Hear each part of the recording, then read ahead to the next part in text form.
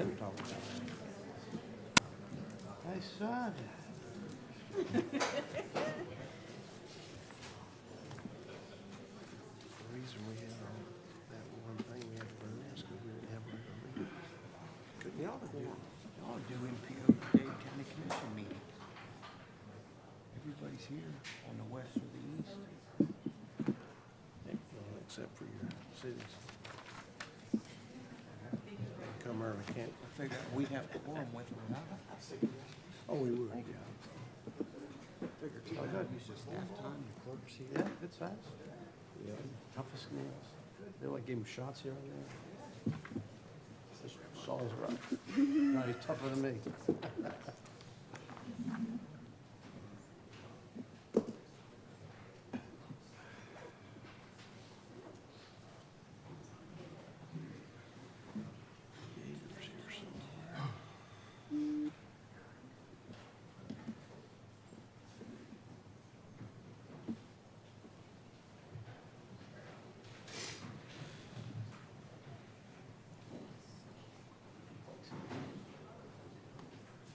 Coffee's wearing off. It's too early for that. It's gonna be a long day.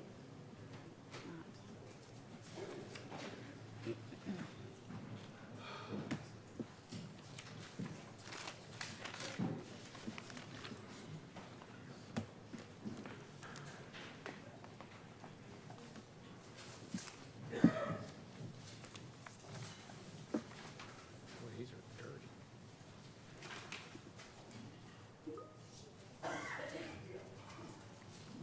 Mute.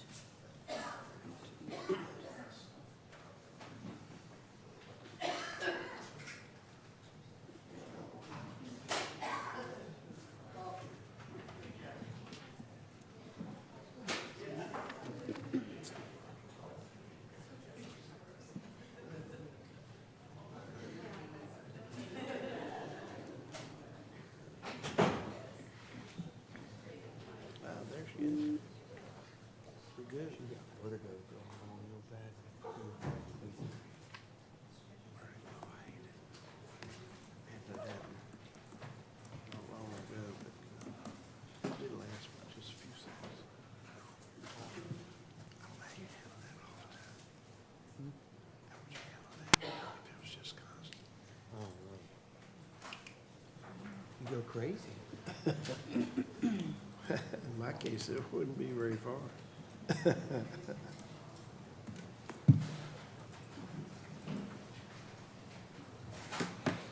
Full house. Yeah, that's what you get paid. 20 resolutions.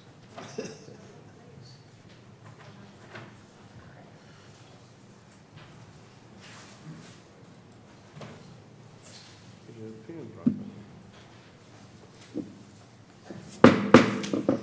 Good morning. I would like to call to order the Pasco County Commission meeting at 10 o'clock meeting, May 5th. At this time, please silence all electronic devices. Please rise for the invocation and pledge of allegiance.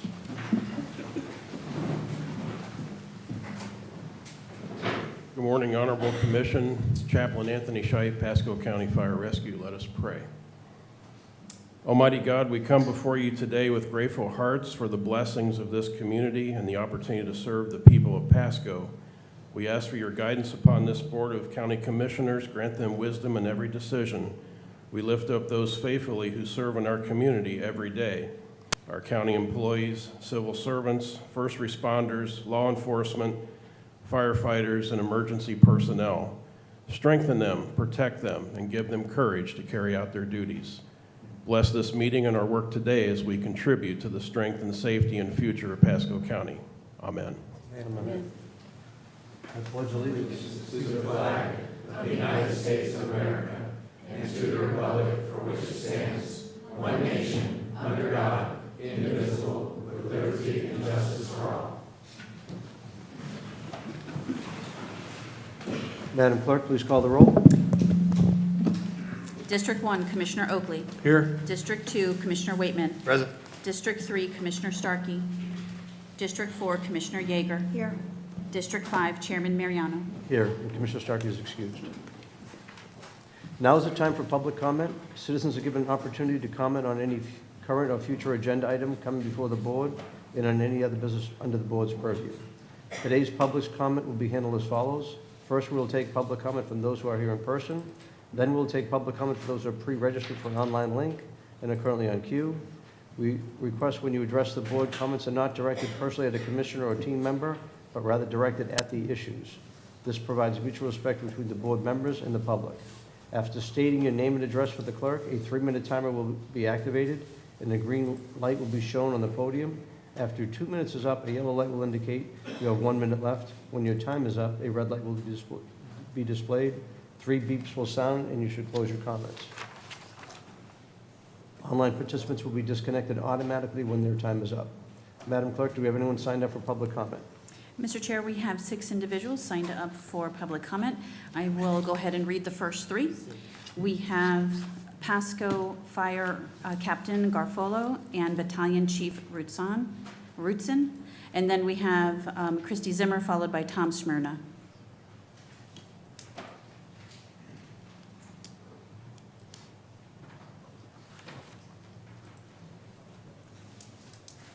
Good morning. For the record, David Garofalo, 5038 Silver Charm Terrace, Wesley Chapel. Brandon Rutson, 36841 Summers Ridge Drive. Good morning, Honorable Chair and Commissioners, and Mr. Carbala and your entire staff. We're here today for a little bragging. Pasco County firefighters took part in the annual Fight for Air stair climb on April 11th, and we came home again with the trophy 3 years in a row. Oh, wow. We raised the most money. That's what that trophy represents. And there was 10 firefighter teams that made the top 10 in the area, and 7 of the teams combined, we raised more than them. So that's pretty awesome. And we couldn't do it without support from you guys, from our staff, led by Chief Gwynn, and it's an amazing to be a part of. I wanted to thank you. We also wanted to tell you that this trophy is going to be in Pasco County, and we go from station to station with it for people that actually took part in it. And about 2 weeks before the stair climb took part, I was contacted by Joanna Cheshire, and she wanted to take part in it. And she said she didn't know if she was going to have time to get there because she was doing a 5K in the morning across the bay. So I said, well, I don't think you'll be able to do both because it's a stair climb, 42 flights. Well, she said, what time is it? And I said, around 11. She said I could probably be there. So I'm going to let Battalion Chief Rutson explain the next part. So I had never met her before, or had any experience with her, so I didn't even know what she looked like. When he started talking with Ms. Cheshire, I was like, who's that? And she had like glitter on her cheeks or something. And then he told me who it was, and I was like, oh, hey, nice to meet you. She also pulls out a bag of bunker gear. And I'm like, oh, you're gonna climb in gear? And she's like, yeah, Chief Martinez suggested. And so all of a sudden now, this person who hasn't trained, we train for this, we wear our gear, we train for this a lot. And I was like, wow, that's pretty neat. And then as we're getting ready to go, she's getting the gear on, and she sees us all with air packs, and she's like, you guys have an extra pack? And I'm like, no, seriously, this thing's like 32 pounds. Like, trust me, you don't want to do all this. Just wear that. And she's like, but do you have an extra pack? And I'm like, yeah. So we get her an extra pack. She puts it on like a trooper, and she goes up and climbs like she's been doing it after running a 5K. It was super impressive, but just her being there and just supporting us in that way, but also participating, it was absolutely amazing. And I'm pretty sure she beat him, but that's... She would have beat me, but she was actually pushing me up. So around the 20th floor, she found me kind of bent over and was like, keep going. But no, leading by example is what us leaders do. Obviously, it starts at the top, and having someone that leads by example and represent you guys is awesome. So thank you, Awesome. thank you. I feel like Joanna should stand. Yeah.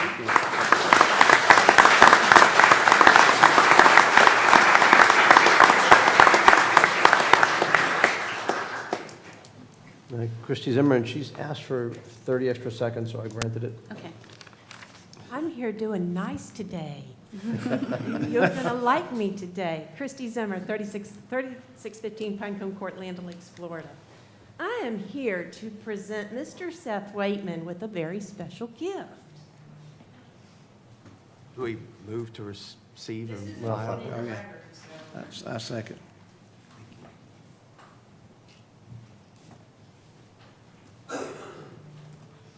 Good morning, ladies and gentlemen. Today I'm here to present a gift to Seth Waitman. The gift is a cookbook that his uncle Tom Waitman put together in the early 70s. When he was the president of the Lutz Land O'Lakes Rotary Club, I had given him the original and had a copy made for him to keep and to give the original to his Uncle Tom. For whatever reason, my mom kept this book in her very important papers for all these years, and I had to go through a file box of her stuff recently, and I found that book and felt like I needed to give it back to the rightful creator. I recently had to go through all her belongings and found that. And there are some amazing recipes in this book from some very prominent men, including, but not limited to, the following: Jack Harris with 97 WFLA, Lowell Thomas, Guy Spicola, state senators at the time, President Jimmy Carter, Governor Reuben Askew, Bob Bondi, yes, he's related to Pam, Jerry Bomer and Charles Bean, who were Hillsborough County commissioners at the time, William Poe, who was a mayor of Tampa, Richard Dick Stone and Lawton Childs, who were U.S. senators, Lou Piniella of the New York Yankees, Doug Dickey of the University of Florida head football coach, Ralph Turlington, who was a commissioner of education, many local businessmen, several deans and professors from USF, priests, pastors, and several Rotary presidents from around the state, including our own Thomas Waitman. In this book, it's absolutely adorable. It's called Menus That Men Use. And he wrote a letter. Dear friends, all of the members of the Lutz Land O'Lakes Rotary Club hope that you will enjoy reading about and using the recipes that are in our cookbook. Recipes have been provided by Rotarians, public officials, sports personalities, and many other men who shared their favorites with us. We want to thank everyone who contributed to the menus men use. Our purpose in doing this cookbook as a club project was twofold. Many women's groups have published cookbooks, so we thought it would only be fair that the men have equal rights. Secondly, our menus is a fundraising activity so that our Rotary Club can support worthwhile community activities. We hope you find a recipe that will be a special treat in your castle, and thank you for supporting this project. The members of that time, go back so I don't lose my place. The members at that time of the Rotary Club, you may recognize some of these old-time names: Russell Adams, Brian Code, Stephen Dombrowskis, Roy Capel, Bill Laney, Frank Laster, Curtis Law, John Long, Dave Marshall, Jerry McCarthy, Charles Moore, Robert Palmer, Dane Piercefield, Jim Richardson, Charles Rushi, Paul Sidlow, Leonard Terratero, Burns Warfield, John Warren, Tom Waitman, Garrett Westfall, Todd Woods, and Jack Yent. It's absolutely adorable. It's all done in a castle theme. We're going to be selling these books for $50 a piece. That sounds like a lot, but when you get a recipe from one of these officials, it's important. But understand that the fundraiser is for our very own Camp Idlewild of Florida, located right in the heart of Pasco County and Land O'Lakes. They provide the ultimate camping experience year-round for our autistic and special needs children and adults. 100% of the proceeds will go directly to the camp. He has our sign-up sheet. I've already gotten several people signed up this morning already, and I will let him pass that around and get that back to us, and we will have the books available in about 2 weeks. So if you want to order a menu that men use and it go to Camp Idlewild, we would appreciate it. Thank All you. right, thank you. Thank you, I'm ma'am. going to call the motion to receive and file. All in Second. favor, say aye. Aye. All right, now he has to give it up. Yeah. So Tom's son, my cousin Ken Waitman, did the artwork in this. Okay. I'm sure that my late Aunt Mary Sue helped out quite a bit in the kitchen back then. But Ms. Zimmer, thank you. These are incredibly special, and we'll be excited to share them with Tom, who we just celebrated 90 years of Tom Waitman a few months ago. And he had a shoulder replacement done a year or so ago.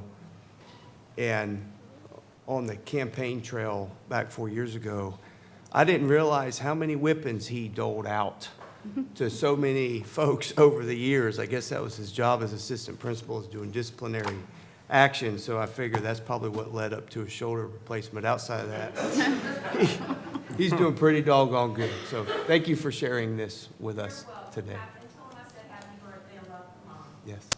Oh. All right. Mr. Chair, I just want to make sure that this will not go into the official record for this meeting. This is a gift, so I just wanted to make sure that that was a joke. It was, but I was still trying. I know. I'll still donate the 50, though. All right, next. send you back the form when you get it filled in. Yes, ma'am. All right, we have Tom Smyrna, followed by Karen Sears, followed by Pastor Troy Peterson, and then Jason Shedden.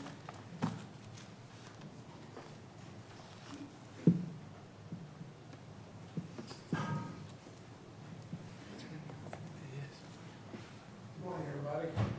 Good morning. I have some handouts, like 9 handouts. Move to receive and file. Second. All in favor, say aye. Aye.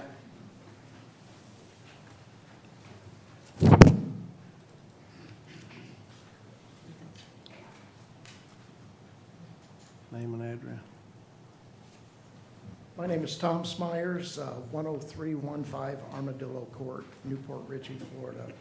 The reason I'm here today is my neighbor is running a complete semi-restoration and repair shop next to my property, which is Zone ER Residential Subdivision.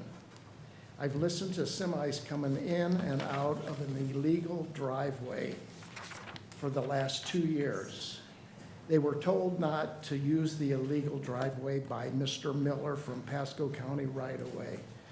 They were to get a permit and restore the property back to the original condition, which they never done or pulled permits for. The building is a 40 by 80 metal building, 3,200 square feet. The building does not have a paint booth in it, proper ventilation, and where is he disposing the material, which is highly flammable. This should not be allowed. I have called code out a number of times about the situation and nothing has been done. I'm tired of hearing compressors running, sanding, buffing, grinding air tools all day long. And to say the least, the paint, when he paints, the lacquer smell in my backyard is just horrendous. I cannot go out in my yard at all. For example, on March 4th, a white semi came in with windows taped, logos off, and almost ready to be painted.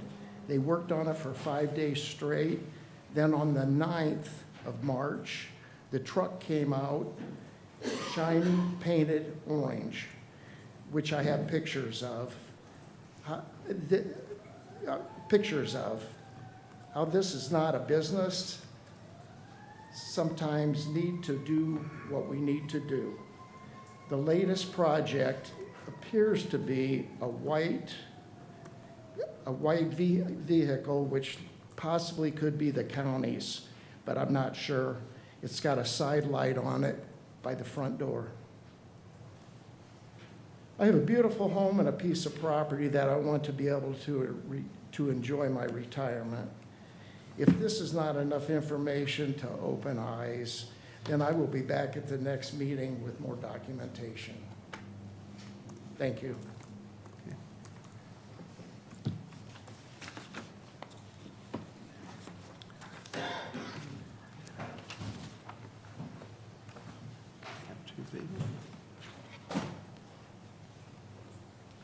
Good morning. My name is Karen Sears. I live at 12422 East Point Drive in Dade City, Florida. My sister is Tom Smyers' wife.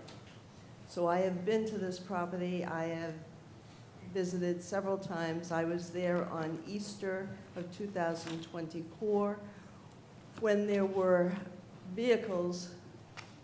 I have 3 semi-tractor trailer trucks all lined up against the fence. And we show pictures here, and I have marked them 1, 2, and then there's another one that's a dark one. That's a duplicate. So there were 3. There for a whole week, moving back and forth, there to get work done on them and their trailers, okay? This is not what 530.16 is supposed to be about. It was supposed to allow a commercial vehicle to be on the property if it's enclosed within the building. It did not tell us what kind of vehicle that was, what category of vehicle, commercial vehicle that was. But is it a Class B, 33,000 pound semi that's supposed to be on a state residential lot?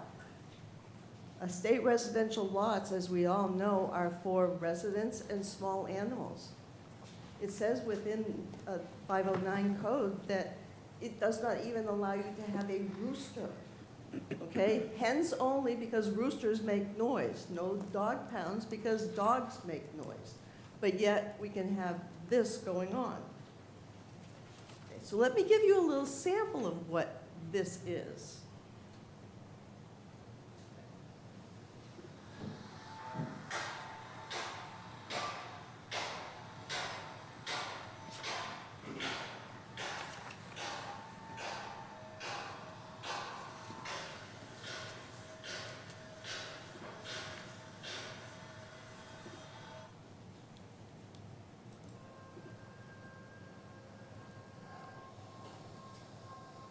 Well,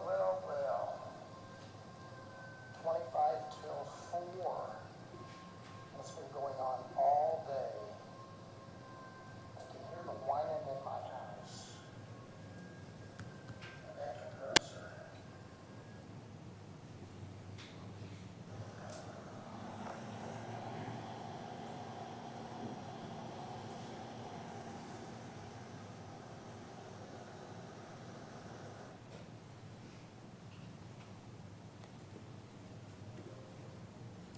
This is at night.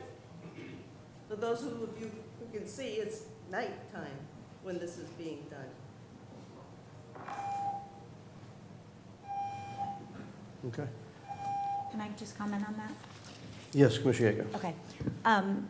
I know as of yesterday, they were cited by code. So code did go out, see them, and give them a For what, citation. may I ask? They were driving on they made them get rid of the driveway. Okay. So, and also with your complaint, and now it's at the county's attorney's office as well. So we are handling it.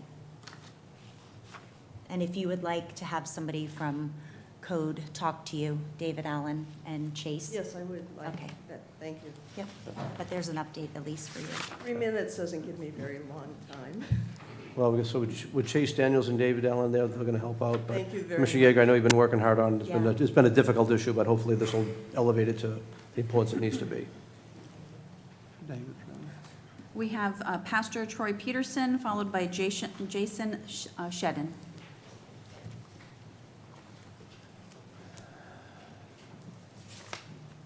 Troy Peterson, 8114 Leo Kidd Road, Port Richey, Florida. Good morning, Chair, staff, commissioners, Mr. Cabela.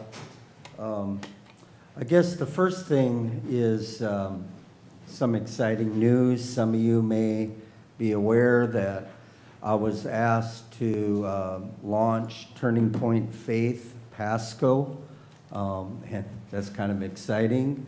In light of what happened with Charlie Kirk, we just thought, let's jump on that bandwagon and really to unite the church and government in Pasco County. With that, we last year, Mayor Rector of Clearwater, just newly elected, he came to us and asked, well, what are we going to do? I really don't want to fly the gay pride flag in June, and I don't want Gay Pride Month in my city. And so we presented to him, nothing against Gay Pride Month or anything like that, an alternative option, which is Faith and Family Month. And so we worked with 5 city mayors last year, including Mayor Rector, doing a resolution, a proclamation that June would be Faith and Family Month. This year, we have 20 mayors, including a couple counties, that have done resolutions that June is Faith and Family Month. We're doing concerts in several different cities, family-friendly concerts, including June 6th in Waterfront Park from 4:30 to 8:30.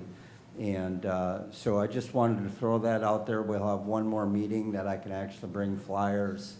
And it's going to be really a blessed time with different worship teams coming in. Commissioner Whiteman, you talked about baptisms.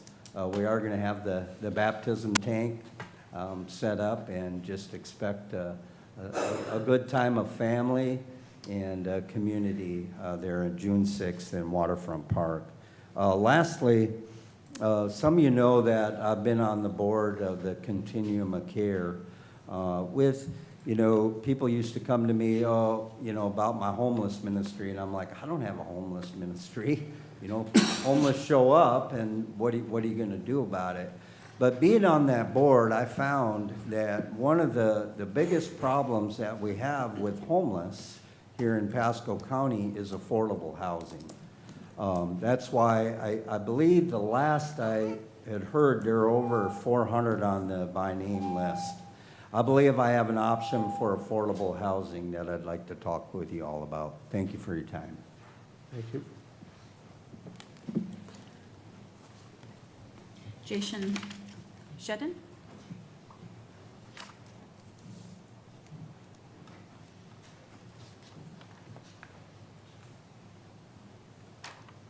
How you doing? My name's Jason Shedden. I'm coming here today with a group of... Mr. Shedden, your address for the record, please. Oh, I'm sorry. That's all right. It's 52 and 19. It's 11840 US 19, Harm Reduction Anonymous. We help people, any way we can. The main reason we are coming here today is we fund this thing ourselves. We don't have anybody helping us. We have somebody helping us with our building, but we pay for all the food, all the clothing gets donated sometimes. But our impact is because I've been there. I've been in their shoes. So we give out clothing, Narcan, food, anything we can to help these people out, and it's tough to do by yourself. I died 19 times about 2 years ago, so this is, I think, my calling. Today is my 5-year day sober. Good job. Yeah, congratulations.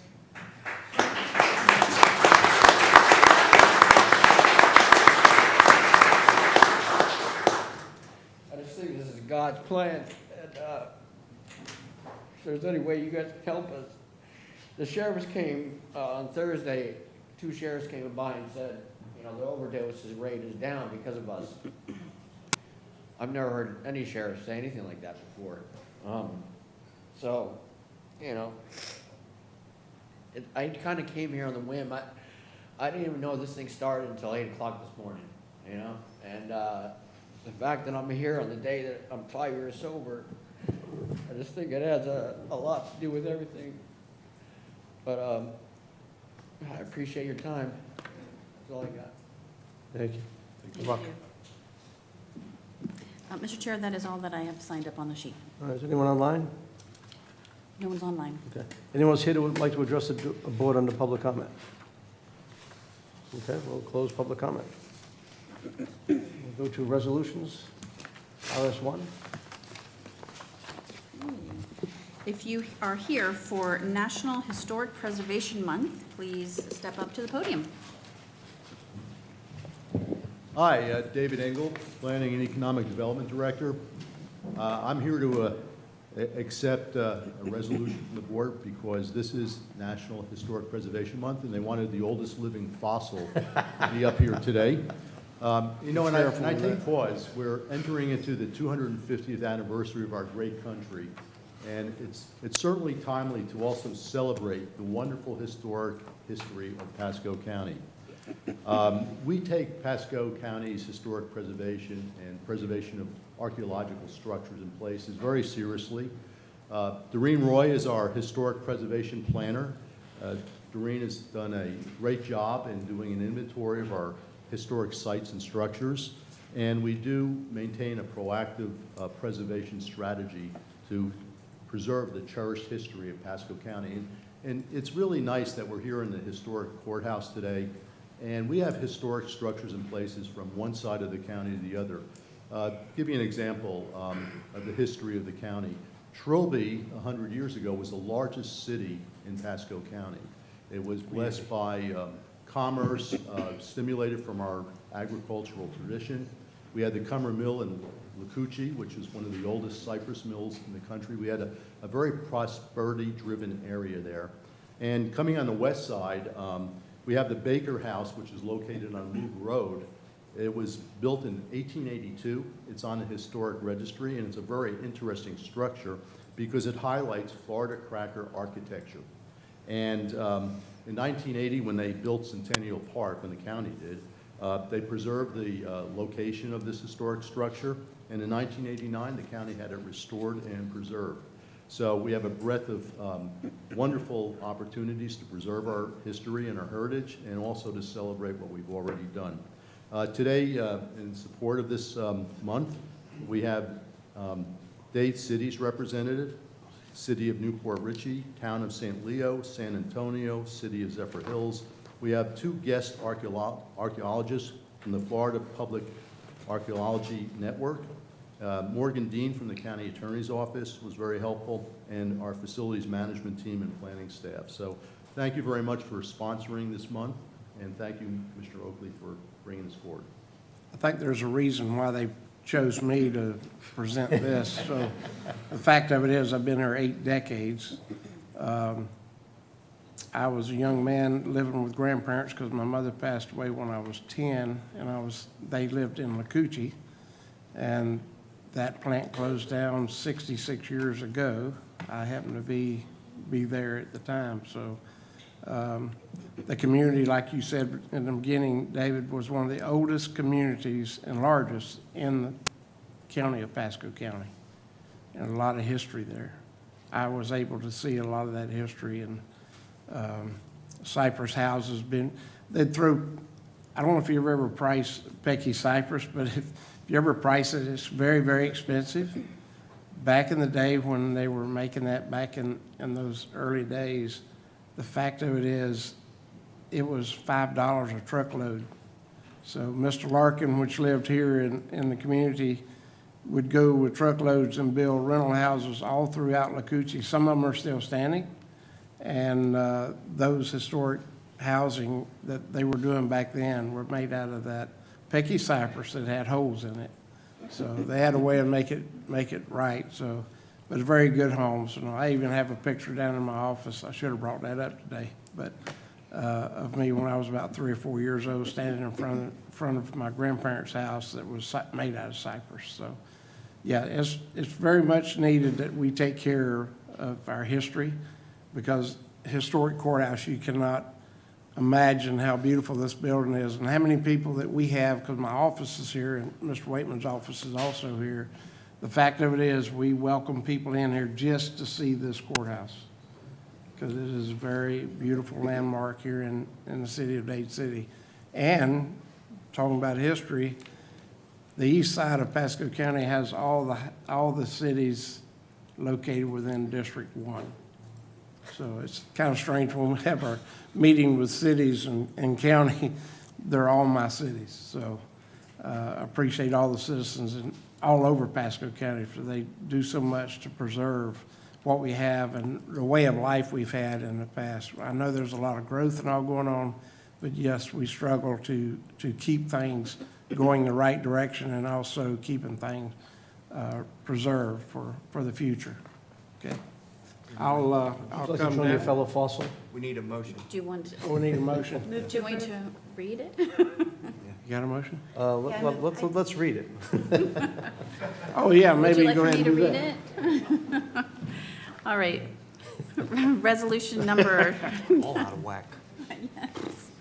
26-207, a resolution by the Board of County Commissioners of Pasco County, Florida, declaring May 2026 as National Historic Preservation Month in Pasco County. Whereas Preservation Month began as National Preservation Week in 1973, and in 2005, the National Trust extended the celebration to the entire month of May and declared it Preservation Month to provide an even greater opportunity to celebrate the diverse and unique heritage of our country's cities and states. And whereas the first presidential preservation proclamation stated, "As the pace of change accelerates in the world around us, Americans more than ever need a lively awareness of our roots and origins in the past on which to base our sense of identity in the present and our directions for the future." And whereas Pasco County continues to discover and celebrate the county's diverse cultural heritage found in irreplaceable places that hold the stories of all Americans. And whereas Pasco County recognizes the Florida Trust for Historic Preservation as a statewide preservation nonprofit that promotes the preservation and the inclusive sharing of diverse architectural, historical, archaeological heritage of Florida. And whereas the Florida Trust for Historic Preservation benefits historic communities like Pasco County through advocacy, connection, education, and stewardship. And whereas by preserving our historic built environment, we have tangible and intangible assets such as community stories, traditions, and values. Now therefore be it resolved by the Board of County Commissioners of Pasco County, Florida, that said board hereby proclaims May 2026 as National Historic Preservation Month in Pasco County and calls upon all Pasco County residents to join their fellow citizens across the United States in recognizing and participating in this special observance, done and resolved in regular session with a quorum present and voting this 5th day of May 2026. Move approval. All in favor, say aye. Aye.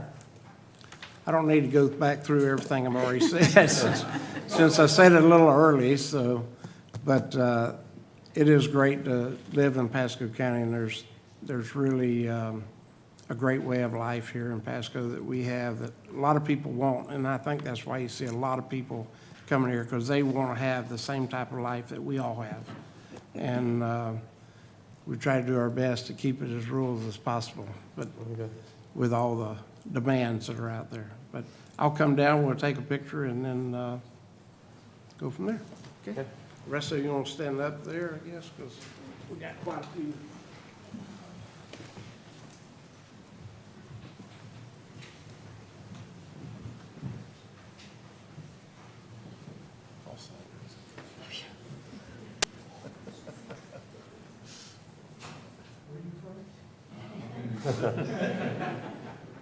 That's how things change with Washington.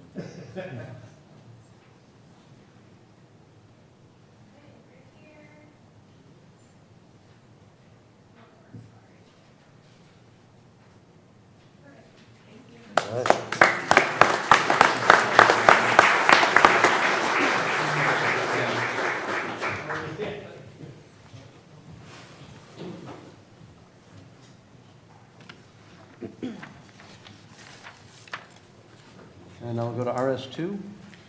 All right, if you are here for the National Day of Prayer, please step up to the podium. All right, I'll go ahead and read the resolution first. Resolution number 26-208, a resolution by the Board of County Commissioners of Pasco County, Florida, observing Thursday, May 7th, 2026 as the National Day of Prayer in Pasco County. Whereas the National Day of Prayer is an event deeply rooted in our country's history, dating back to the First Continental Congress in 1775. In 1952, Congress passed a joint resolution recognizing a National Day of Prayer. In 1988, President Ronald Reagan signed a law setting aside the first Thursday of May as the date on which the National Day of Prayer is officially observed. And whereas the National Day of Prayer unites Americans from all socioeconomic, political, and ethnic backgrounds in prayer for our nation. This diversity was intended by Congress when it designated the National Day of Prayer.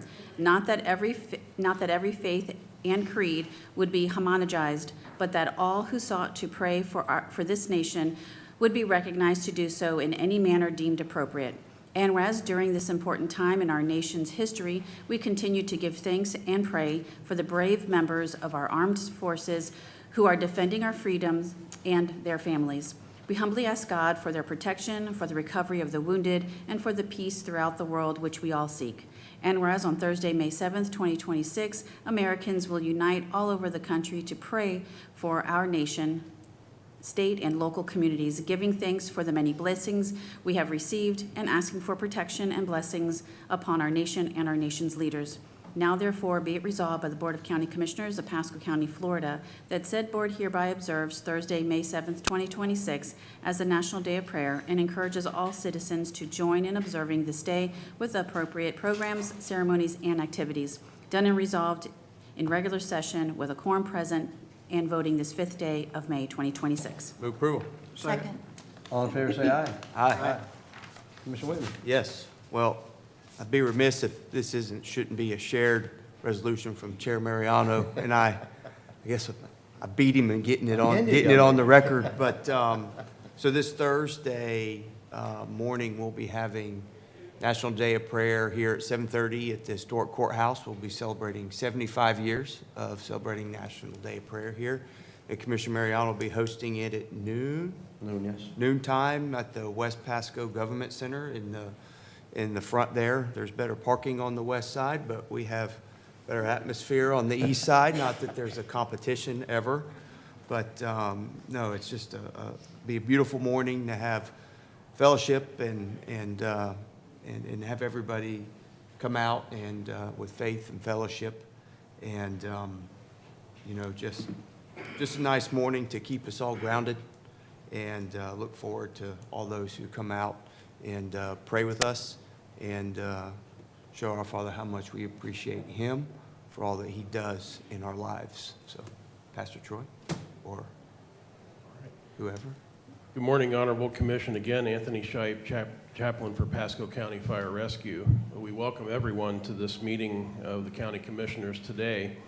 Thank you to our county staff and our members of the community and all who are present joining us remotely.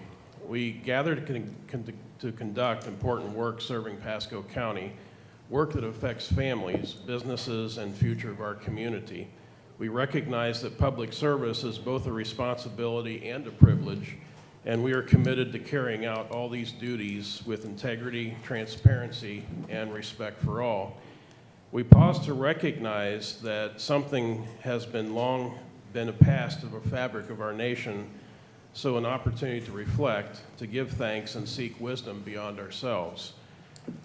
Respectfully, in short order, I'd like to recognize the National Day of Prayer as it was done Thursday, May 7th, a special day that will be honored annually across the United States.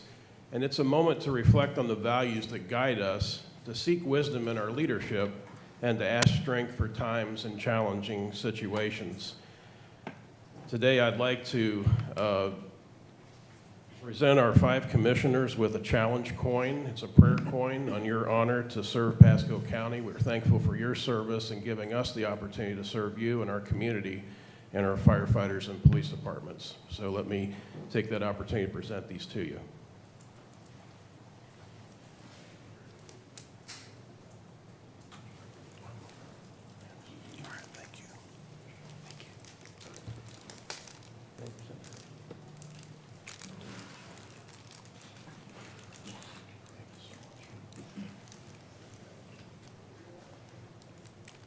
It is an honor to serve you as the chaplain for Pasco County Fire Rescue. Thank you so much.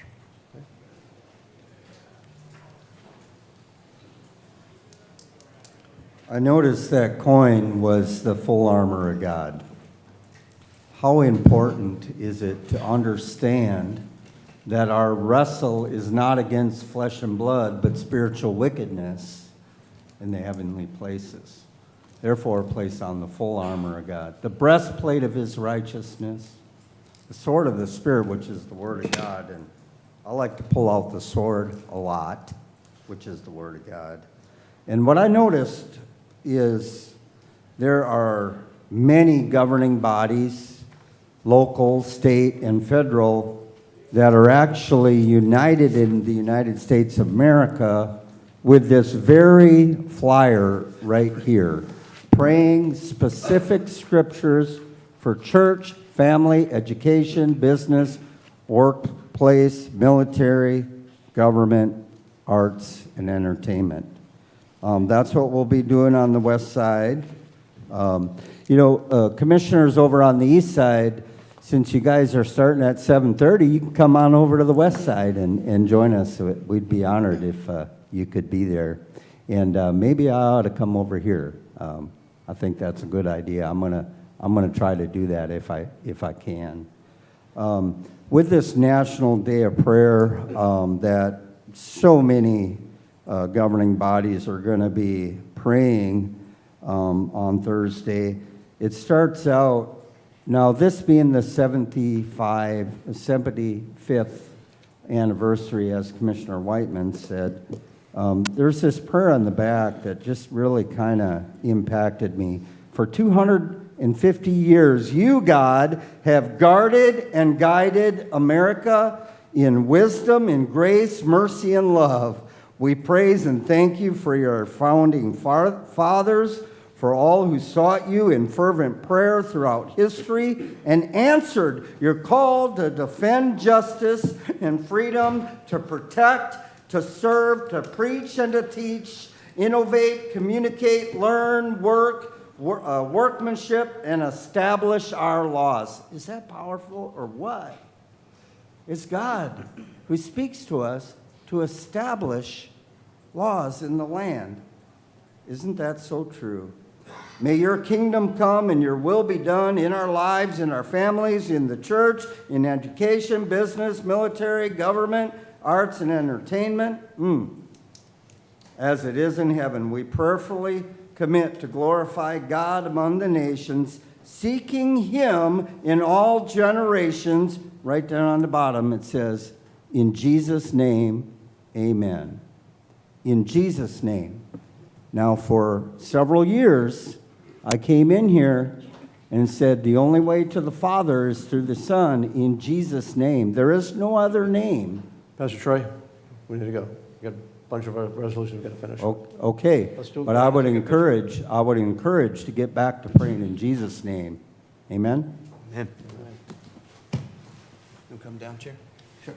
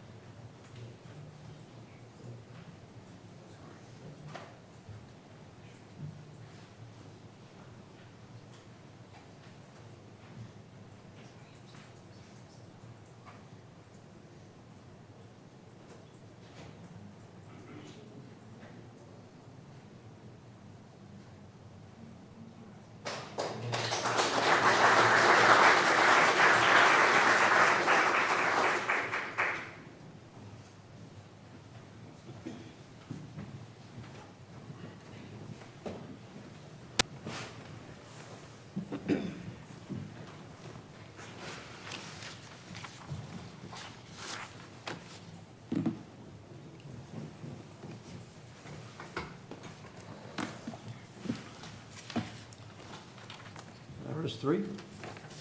All right, if you're here for Correctional Officers and Employees Week, please step to the podium. I see a couple. They brought their view with them. Look at that. Oh, wow. What is this? Oh. Oh. All right. Shall I go ahead and read? Okay. Resolution number 26-209, a resolution by the Board of County Commissioners of Pasco County, Florida, declaring the week of May 3rd through 9th, 2026 as Pasco County Correctional Officers and Employees Week. Whereas on October 1st, 2022, Pasco County assumed all duties and responsibilities of the management and operation of the Pasco County Jail in Land O'Lakes, Florida. And whereas the Pasco County Jail is documented as the 10th largest county correctional facility in Florida due to housing over 1,000 offenders. And whereas correctional facilities across the United States, both public and private, military and civilian, are run by highly qualified and experienced men and women with a deep understanding of the challenges and difficulties within their profession. And whereas correctional officers are highly trained professionals dedicated to maintaining secure correctional facilities and ensuring public safety for our communities. And whereas correctional officers and professionals serve admirably in many different capacities, including jail administrators, supervisors, officers, and support staff, and they work in very demanding and stressful conditions, face many challenges, and put their lives at risk every day. And whereas correctional officers and employees are responsible for the custody, care, safety, security, and reform of thousands of offenders every year, as well as the maintenance of safe and secure facilities. And whereas correctional officers and employees guide, counsel, mentor, teach, train, treat, and assist the rehabilitation of offenders and provide offenders with direction, guidance, and a new focus while preparing them for community reentry. And whereas correctional officers and employees rise to meet any challenge faced with courage, honor, and excellence. Now therefore be it resolved by the Board of County Commissioners of Pasco County, Florida, that said board hereby proclaims the week of May 3rd through 9th, 2026 as Pasco County Correctional Officers and Employees Week, and encourages the citizens of Pasco County to join in expressing appreciation for the hard work, extreme diligence, exceptional service, and unwavering dedication provided by the individuals who work in our county correctional facility. Done and resolved in regular session with a quorum present and voting this 5th day of May, 2026. Move approval. Second. All in favor, say aye. Aye.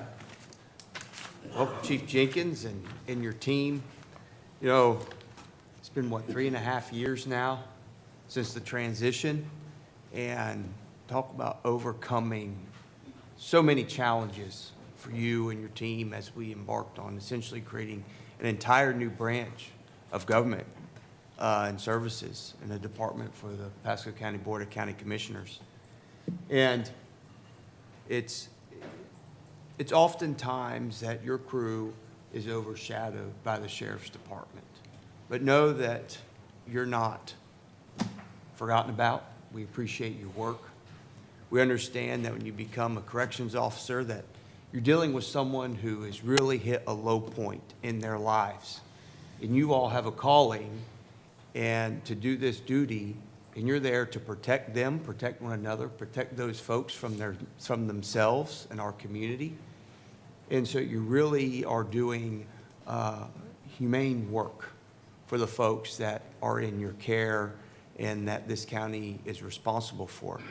And so for that, we're forever grateful for you all choosing to do this job and to keep everybody in your care safe and as healthy as possible while keeping you all safe, knowing to keep yourselves from being burnt out from the constant, I'm assuming, controlled chaos that can go on in the facility. So that it's our honor to have you here today and to recognize your work and for us to tell you thank you and that we appreciate you and that we're here for you and that we hope that all your days are full of safe and health and good practice. So we're glad to have you here today. Chief Jenkins. Thank you. Good morning, Chairman Mariano and honorable commissioners. I'd first like to thank Commissioner Waitman for sponsoring this resolution. Since 2022, this staff has proudly served under the Board of County Commissioners. Many of our citizens may not have an understanding of the work done by members within the facility. But today I want to highlight the tenure and experiences of the members joining me today. I have civilian control room operators, Amanda Lindsay. She's one of our most junior members in the control room, followed by one of our most senior with CRO, Keith Blair. These civilians provide control and security of the facility by being individuals responsible for door controls, access, and security points of the facility. They're also another set of eyes for our sworn officers.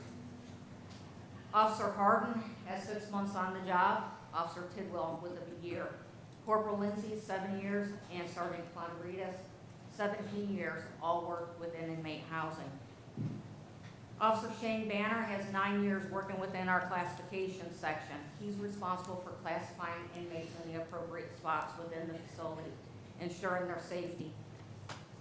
Lieutenant Ann Phillips has 27 years experience within housing, intake, release, classification, and non-professional development. She's charged with our accreditation process.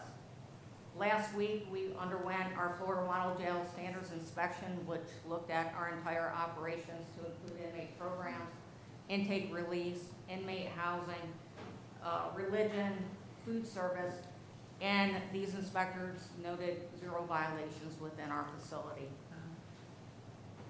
Lastly, I want to, not lastly, because I also have Captain Hagan here, who was a surprise to me this morning, but I welcome him also. But I also want to acknowledge Corporal Steve Olson, who has 18 years experience, and he is currently assigned to our jail expansion team. He's been instrumental in overseeing the construction, clearing construction workers for site work. Commissioner Waitman, you've expressed in the past that you are now wardens of the county jail. 5 wardens. That's correct, sir. So in appreciation of your commitment and support to corrections and his leadership, who should be recognized as correctional professionals, we would like to present each one of you with a piece of jail history. These jail bars were taken from an area of the East Jail, the old jail, currently being renovated during Phase 2 construction.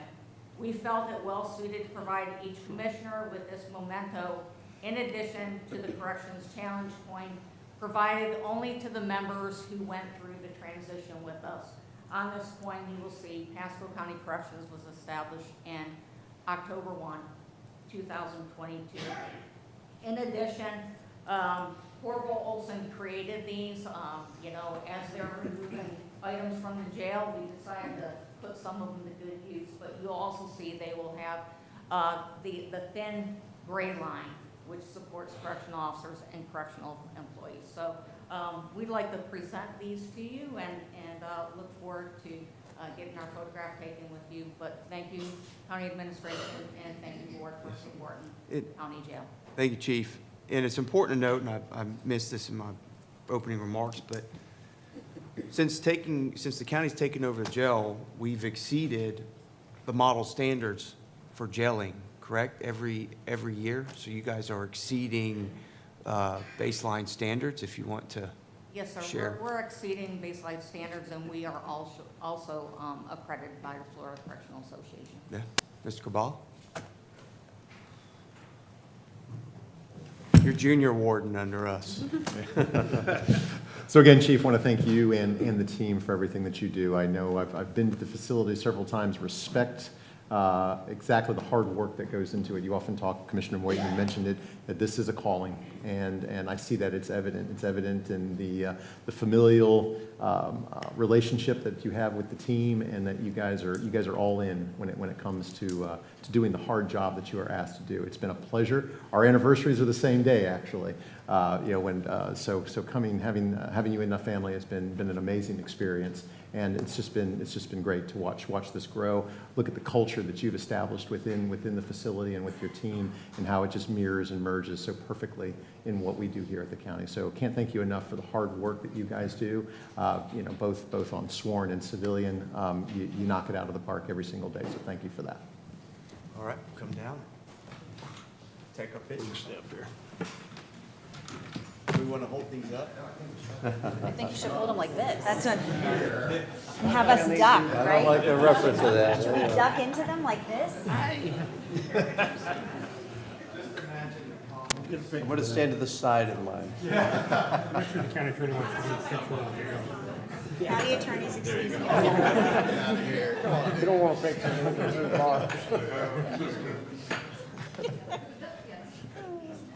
You're not in jail at all.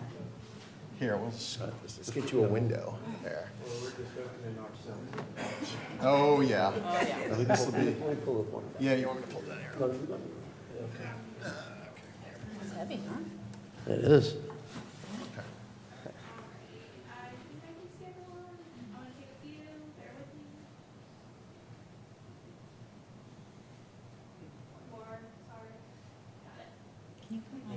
Thank you.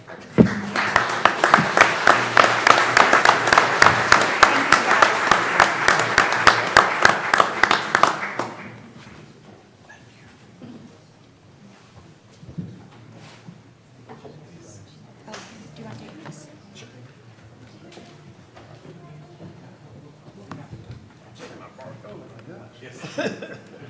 We can put them up there.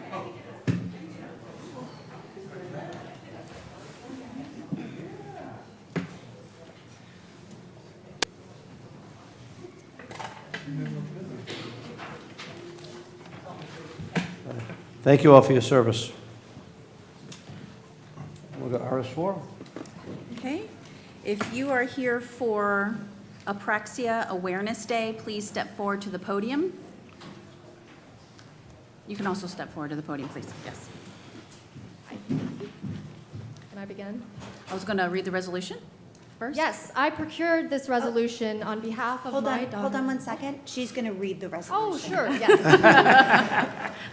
We'll let you know when it's Too done. excited, thank you. All right. Resolution number 26-210, a resolution by the Board of County Commissioners of Pasco County, Florida, declaring May 14th, 2026 as Apraxia Awareness Day in Pasco County. Whereas Apraxia Awareness Day is a nationally recognized day of advocacy and community awareness during which citizens, families, and healthcare advocates unite to raise awareness about childhood apraxia of speech, CAS. Is it CAS or CAS? CAS. Okay, I'll say CAS. A serious and often misunderstood neurological speech disorder that affects approximately 1 in 1,000 children, with 1/3 having an identified genetic causal basis. And whereas childhood apraxia of speech causes children to have significant difficulties planning and executing the precise movements required for clear speech, and is among the most severe speech deficits affecting children, profoundly impacting a child's ability to communicate and participate fully in school and community life. And whereas, unlike most children for whom learning to speak occurs naturally, children with CAS require early diagnosis, appropriate intervention, and intensive speech-language therapy, often sustained for many years, to develop the ability to use their own voice effectively.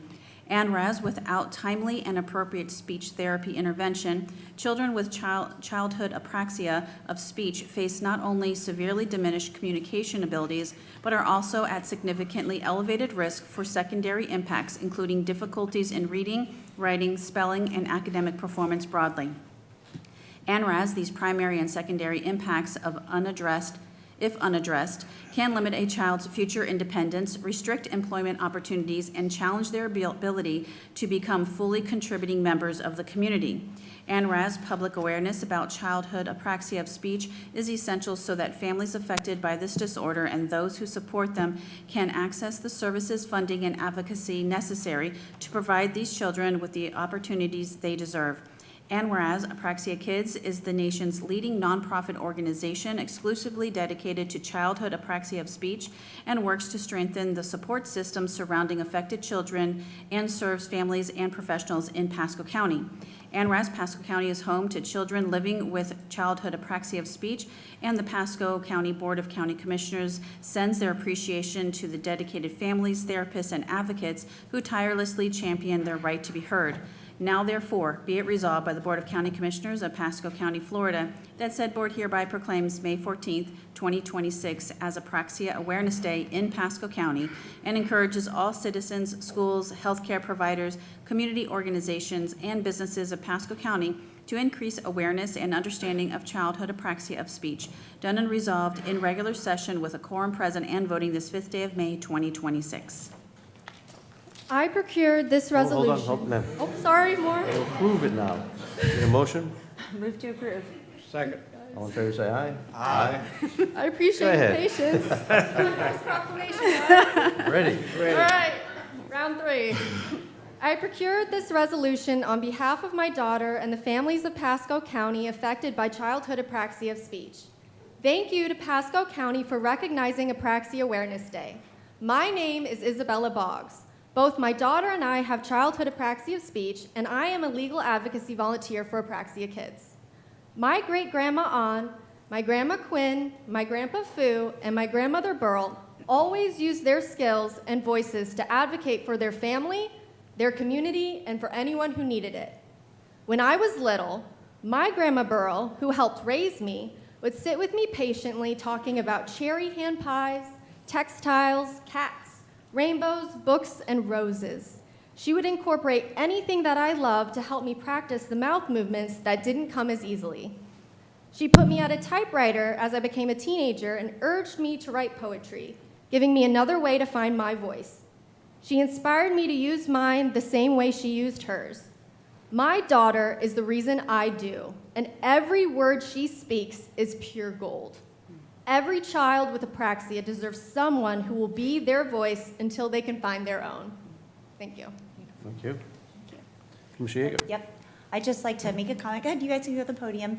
That I was so honored when you asked me to do this resolution, and this hits home for me because my son, when he was little, he did not have words, so he was very frustrated. He would hit, he would bite, he'd throw himself on the floor, and the whole thing, he was just frustrated because he couldn't communicate with us. So we learned sign language, and he had every interventionist known to man, and we started it very early. And thanks to parents like you guys that did start that journey early, your kids are going to be amazing, and no one will ever know that they ever had apraxia. And my son Jacob, these two know him very well. You would never know that he had any issues. So thank you again for bringing awareness to you.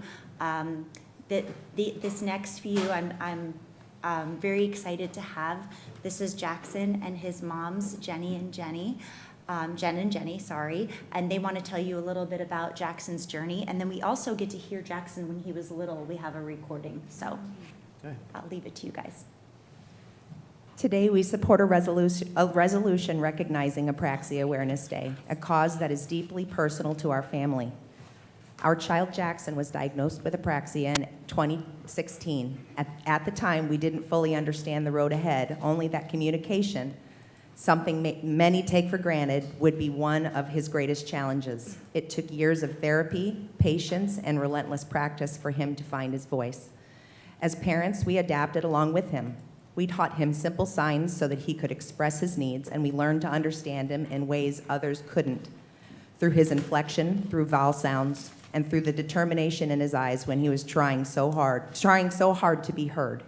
Every single breakthrough was hard-earned and celebrated. Today, Jackson has found his voice, and most of the time, it's a very loud one. It fills our home with joy and reminds us daily how far he has come. We are honored to stand here and be part of this important resolution, not just for Jackson, but for every child and family navigating apraxia. Raising awareness means earlier supports, stronger resources, and more voices being heard. Thank you for recognizing the importance of this day and for helping to bring attention to this journey that so many of our families share. Okay. Jackson, would you like to say anything? No? Okay, then let's play. No? Okay. You're welcome. Okay, so let's listen to Jackson's journey.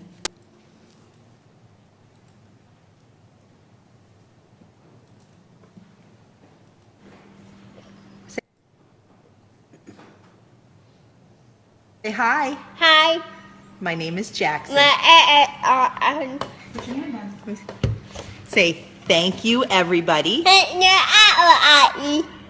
for supporting me and wearing blue for Apraxia Awareness Day. I love you. Now blow kisses.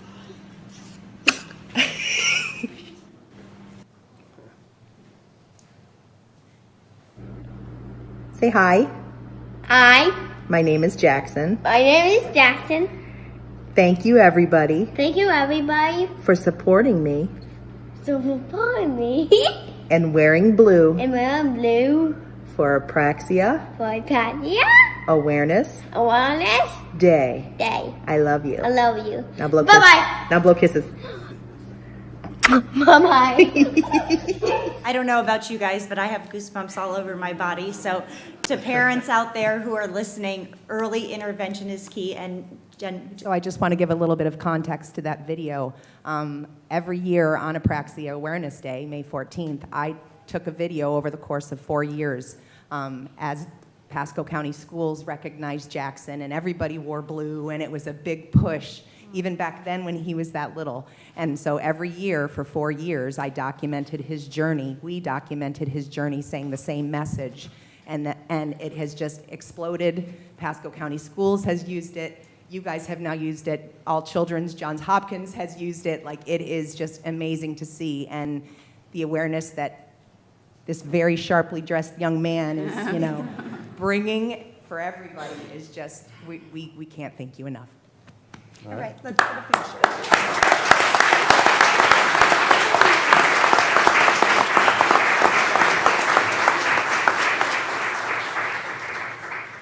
Well, I'm glad we have our East Pasco blue on today. Low blow.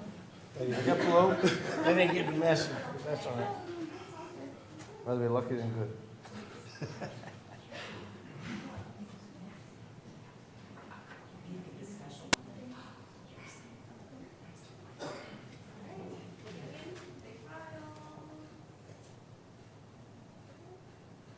And then can we get one with her and I, and then one with that family, so then, thank you.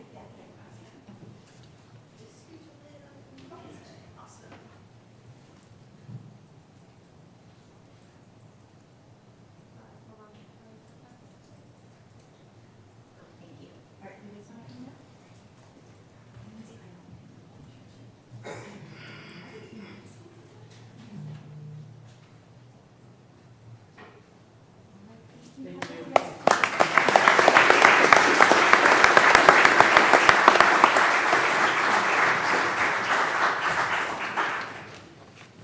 Go to RS5. Okay. Somehow this got past Commissioner Oakley, but, wasn't it? You have jokes. If you are here for Older Americans Month, please step up to the podium. I made it. You gonna put up with that? You gonna take I it? have to, I have to. Oh, my gosh. Where's the archaeologist at? I will go ahead and read the resolution. Resolution number 26-211, a resolution by the Board of County Commissioners of Pasco County, Florida, declaring the month of May 2026 as Older Americans Month in Pasco County. Whereas May is a time for us to recognize and honor Pasco County and the Area Agency on Aging of Pasco Pinellas, older adults, and their immense influence on every facet of American society. And whereas through their wealth of life experience and wisdom, older adults guide our younger generations and carry forward abundant cultural and historical knowledge. And whereas older Americans are a vital part of Pasco County's demographic makeup, contributing their time, wisdom, and experience to the community. And whereas every citizen in Pasco County should strive to recognize, understand, and address the evolving need of older adults. And whereas older Americans improve our communities through intergenerational relationships, community service, civic engagement, and other activities. And whereas the Area Agency on Aging of Pasco Pinellas and its community partners provide essential services including nutrition, health and wellness programs, caregiver support, Medicare counseling, and in-home services that help older adults remain safe, healthy, and independent. And whereas these programs strengthen our community by promoting healthy aging, reducing isolation, and ensuring that older adults have access to the resources they need. And whereas in 2026, theme of the Older Americans Month is Champion Your Health, which emphasizes the importance of prevention, wellness, and empowering older adults to take an active role in managing their physical, mental, and social well-being. And whereas Pasco County and the Area Agency on Aging of Pasco Pinellas urges all Pasco County citizens to recognize the contributions of older adults and to join in promoting programs and activities that foster connection, inclusion, and support for older adults. Now therefore be it resolved by the Board of County Commissioners of Pasco County, Florida, that said board hereby declares the month of May 2026 as Older Americans Month in Pasco County, done and resolved in regular session with a quorum present and voting this 5th day of May 2026. Move approval. Second. All in favor, say aye. Aye. Commissioner Yeager? Well, I am honored to bring this resolution for older Americans. My grandpa was just shy of 105 when he passed away, and my grandmother was 94, and they were so cute. They were Joseph and Mary. And when he was 102, we said to our kids, we go, what are we going to get Grandpa for his birthday? And he said, when he was 101, they said Dalmatians, because what do you get somebody that's over 101? But just the having that longevity with them and those conversations and being able to pick their brain. I think that's what I say to everybody is, have those conversations while they're here, because when they pass, a piece of history passes, you're never going to get that firsthand knowledge from them. Like they had their papers from Ellis Island sitting on the wall, and just very unique, all the stories. He didn't have shoes until he moved to the United States, till he was 14.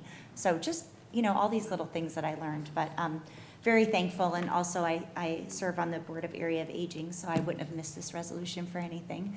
But thank you guys for everything you do, and we're just really hoping to get some funding so our seniors don't have to sit on a waiting list and sitting there for months. So, but Anne Marie runs a tight ship, and she tries to get all of our phone calls answered and our senior service. And thank you to Pasco County for our seniors. We love everything we do with them. We have so much fun. We go and pop in, and bingo's that's real. Like, you better be ready for bingo. Paula one time called a wrong number, and let me tell you, they gave Paula the look of death. But they are super fun, and they get into all the games and the crafts and everything. So thank you guys, and I'll turn it over to you. Brian, you can start. All right. I'll start us off. Hello, good morning, members of the board. Brian Hoban, Director of Community Services. I want to first and foremost thank you all for your continued support of our Pasco County Senior Services team, of our phenomenal partnership with Area Agency on Aging of Pasco Pinellas, and of course of Older Americans Month. I also want to just take a second and personally thank you, Anne Marie. I want to thank you and your phenomenal team. You guys have, without your support, without our collaboration and partnership, there's no way we'd be able to serve the food insecure seniors, the at-risk seniors that we do every day. That partnership is key, and we really appreciate that. I also just want to take a minute just to thank the team. They're the ones doing the work every day. They're the ones feeding the food insecure seniors. I know you hit on the wait list, Commissioner Yeager. We currently have 820 seniors on that waiting list right now. But I also, before I turn it over to Anne Marie, just want to leave one last data element that really demonstrates the hard work of the team. Last year alone, fiscal year 2025, the team has served 235,000 meals to approximately 2,000 seniors at our dining sites and through our home delivered meal program. So phenomenal work is being done. And to your point, still more work yet to do. Really and our food pantry is up and thriving. The food pantry is up and thriving at Elfers. It's a phenomenal impact as well. So I want to turn it over and give a few minutes to Anne Marie as well. Thank you, Commissioner Mariano and Commissioners. First, I want to thank Commissioner Yeager. She is an amazing board member. She's very active. And in terms of phone calls, she takes mine, so thank you very much. I want to recognize our partnership with Pasco County. It truly is a partnership. We are very highly regulated, and every single day, they don't let those regulations get in the way of providing quality services to seniors. So when we talk about food insecure seniors, your staff are making sure that seniors are not hungry in Pasco County. Your staff are making sure that seniors can get to life-saving medical appointments. Your staff are making sure that the utility bills of seniors are paid for. And that is possible through the federal and state funding that we receive, that we are grateful to partner with Pasco County on. So I want to thank Kathy Pearson, Brian Hoban, Tom Snee, Victoria, Mary, Kyle, and Marissa, and everybody else, because it truly is a partnership. But we do need additional funding to help the more than 8,000 seniors that are on the waiting lists for all the different services that we provide. Thank you very much for recognizing Older Americans Month. Kathy? Kathy Pearson, Assistant County Administrator of Public Services. Thank you to this amazing team. But I invite each and every one of you one day, one year, sometime. I know Commissioner Opal, you spend a lot of time coming out to the senior centers, and they really do appreciate that. Take a ride on the home delivered meal route. Come on out, see the seniors, visit them. They are so happy to see people. Sometimes that's their only contact. So I invite you in the next year, please join one of our home delivered meal drivers. They'd love to have you. So thank you all.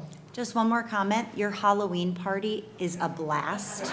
And the other day I caught myself thinking, what are we gonna do for Halloween? Because we have to amp it up. Yeah. As long as we can keep Brian Hoban under control. So. Yes. Yeah, they really thought you were nice they were like, oh, he looks great.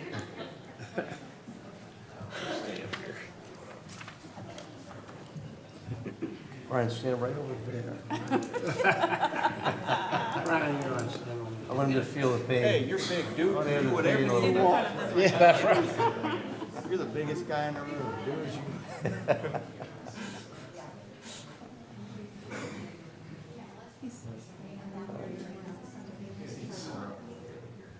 Left. All right. You're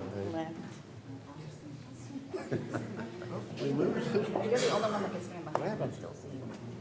Tiptoe real quick. I got to be over here on this side.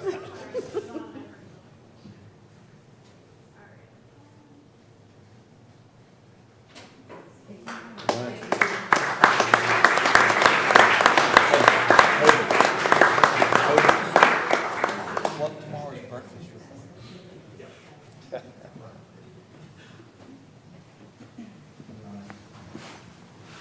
Just wanted to say real quick, as Commissioner Waitman just reminded me, that tomorrow morning, 7:30 at Advent Health Ice Center is Feeding Pasco's Elderly's annual breakfast fundraising.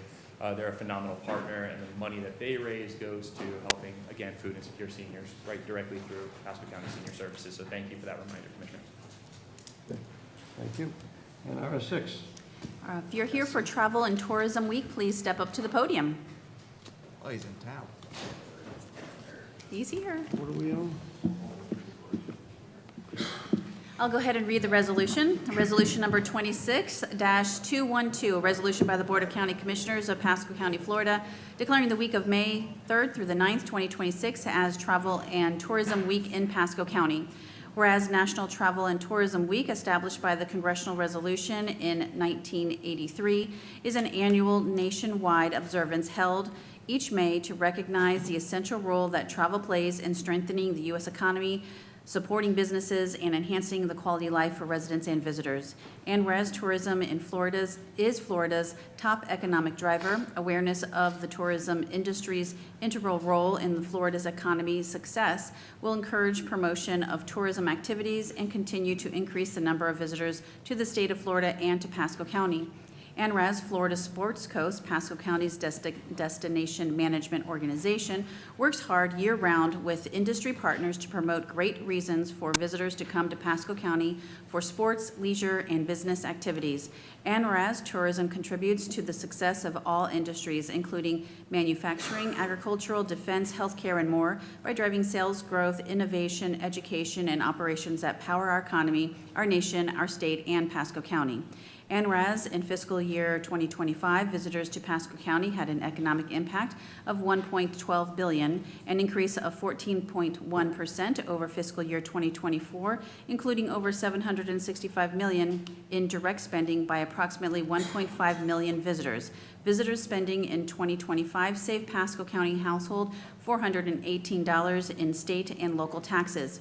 And whereas in fiscal year 2025, the tourism industry supported 9,480 jobs in Pasco County, generating more than $330.6 million in wages and salaries, with every 165 visitors supporting one job within the local economy.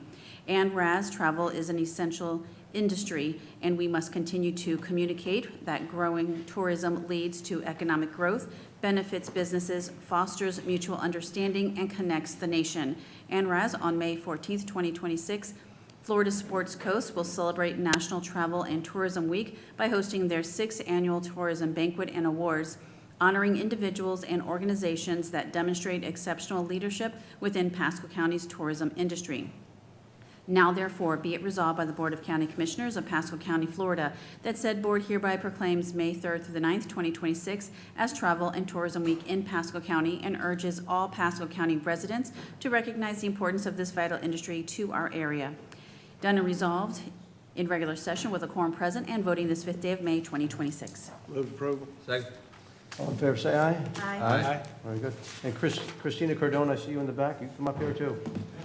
You know, a couple of years back, when we had the Wiregrass Sports Ranch, and it took Parks and Rec to step in and run that operation with the help of, the great team of tourism, that operation ran smoothly.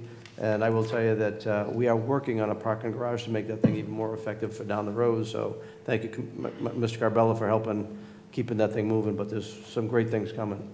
But I want to thank the board as well for all their support, for all the things when we invest in our community different ways. It helps enhance the tourism. And the purpose of tourist development, I learned my second year as a commissioner from Larry Pendleton, who used to run the sports group for the state. He says the purpose of tourist development is not tourist development, it's economic development.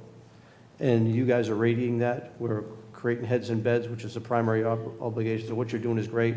Adam, Kathy, thanks for bringing Adam on, because since he's come on, I think it's elevating. So Adam, please. Thank you, Mr. Chairman. Adam Thomas, Tourism Director for Pasco County. Thank you so much for sponsoring this resolution, Mr. Chairman.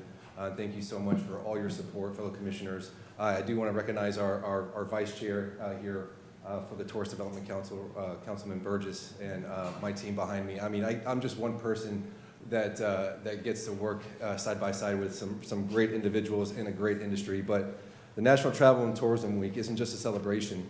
It's a reminder of the powerful role our industry plays in shaping communities, driving economies, and creating unforgettable experiences. Here in Pasco County, tourism is more than just visitors coming and going. It's opportunity. It fuels our local businesses, supports our workforce, and showcases the very best of who we are as a county. From our coastline and trails to our growing sports scenes, every athlete who competes here, every family who vacations here, and every event we host contributes to something bigger. They're investing in our community. They're helping us build a destination that's vibrant, welcoming, and has been on the rise for quite some time. National Travel and Tourism Week gives us a moment to recognize that impact. But more importantly, it challenges us to keep pushing forward, to innovate, to elevate, and to continue telling Pasco County's story in a way that inspires visitors to keep coming back again and again. Because what we're building here, it is something special. So thank you so much. Thank you to the industry. Thank you to my team behind me. And thank you to the county administration and Kathy for all your support. All right, thank you. Now for a picture. Y'all keep channeling your inner Chuck Norris. Unfortunately. I know. Are we staying up here? Yes. Yes. Okay. Why aren't you in this tourism? Nobody's gonna put me in jail for this. Pull the chair back. He's kicking butt. Linda, listen, you gotta get used to this. Don't start. He's gotta get used to this. He does.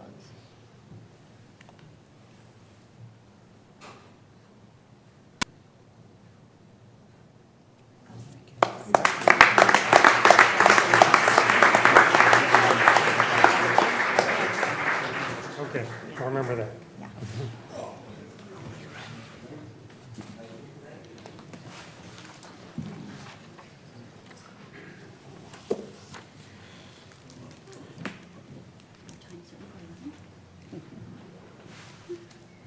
That shall do it for the resolutions. So now, Madam Clerk, thank you for your patience and let us get to your item. Yes. So we have R34, so if Matt and Sean could come up to the podium, please. Commissioners, this is our semi-annual financial investment report to the Board of County Commissioners, and coming to the podium is Mr. Sean Gannon with PFM. He is a director with PFM Asset Management, and PFM manages a portion of our investment portfolio, And also with him is Matt Lazar. He is my office's Director of Finance, and my office also manages a large portion of the county's investments. So we'll start with a market update by Mr. Gannon. Then Matt will talk about the portfolio that my office actively manages, and then Sean will talk about the part of the portfolio that PFM manages. Mr. Gannon, thank you. Thank you. Good morning. It's great to be with you all. Just give this a brief update. So as Nikki mentioned, my name is Sean Gannon with PFM Asset Management. I wanted to start by saying if you have any questions about the presentation, please feel free to interrupt me and ask those. But to start with kind of what we do, so we manage a portfolio of bonds of short-term fixed income on behalf of the county. So when we think about portfolio management, investment management, we take into account macroeconomic factors as well. So on this slide, I'm not going to read off it directly, but just to say that the things that we're looking out for are the things that you see in the news headlines, right? Conflict in the Middle East, the rising prices that we've seen reflected in inflation, and the potential job growth or lack thereof within the economy. The second focal point is the Fed. So you hear a lot about the Fed in recent months. They have a direct impact on a lot of the county's investments.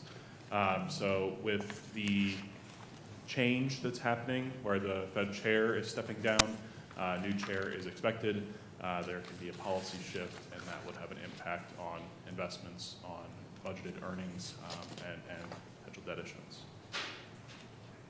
To look at this, so this is what we call a yield curve. This represents where you can invest, and the yields are a forward-looking number of expected earnings for the investments of the county.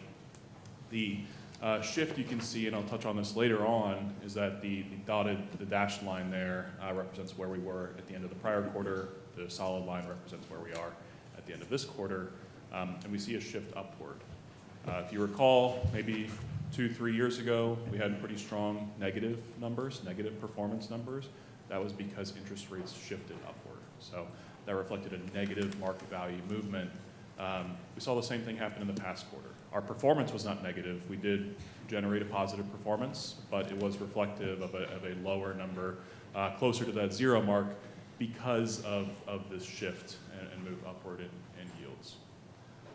So when Matt, hand it over here, Matt, in a second, but just to touch on something, the expected Fed policy is a more aggressive stance to move downward. Their job is to control inflation and spur employment. So with Kevin Warsh expected to be the next chairman of the Federal Reserve, that would pull interest rates downward and decrease the yield curve, would result in better income and better earnings in the short term for the portfolio as well. So with that, Matt, I'll hand it to you for the next 2 slides.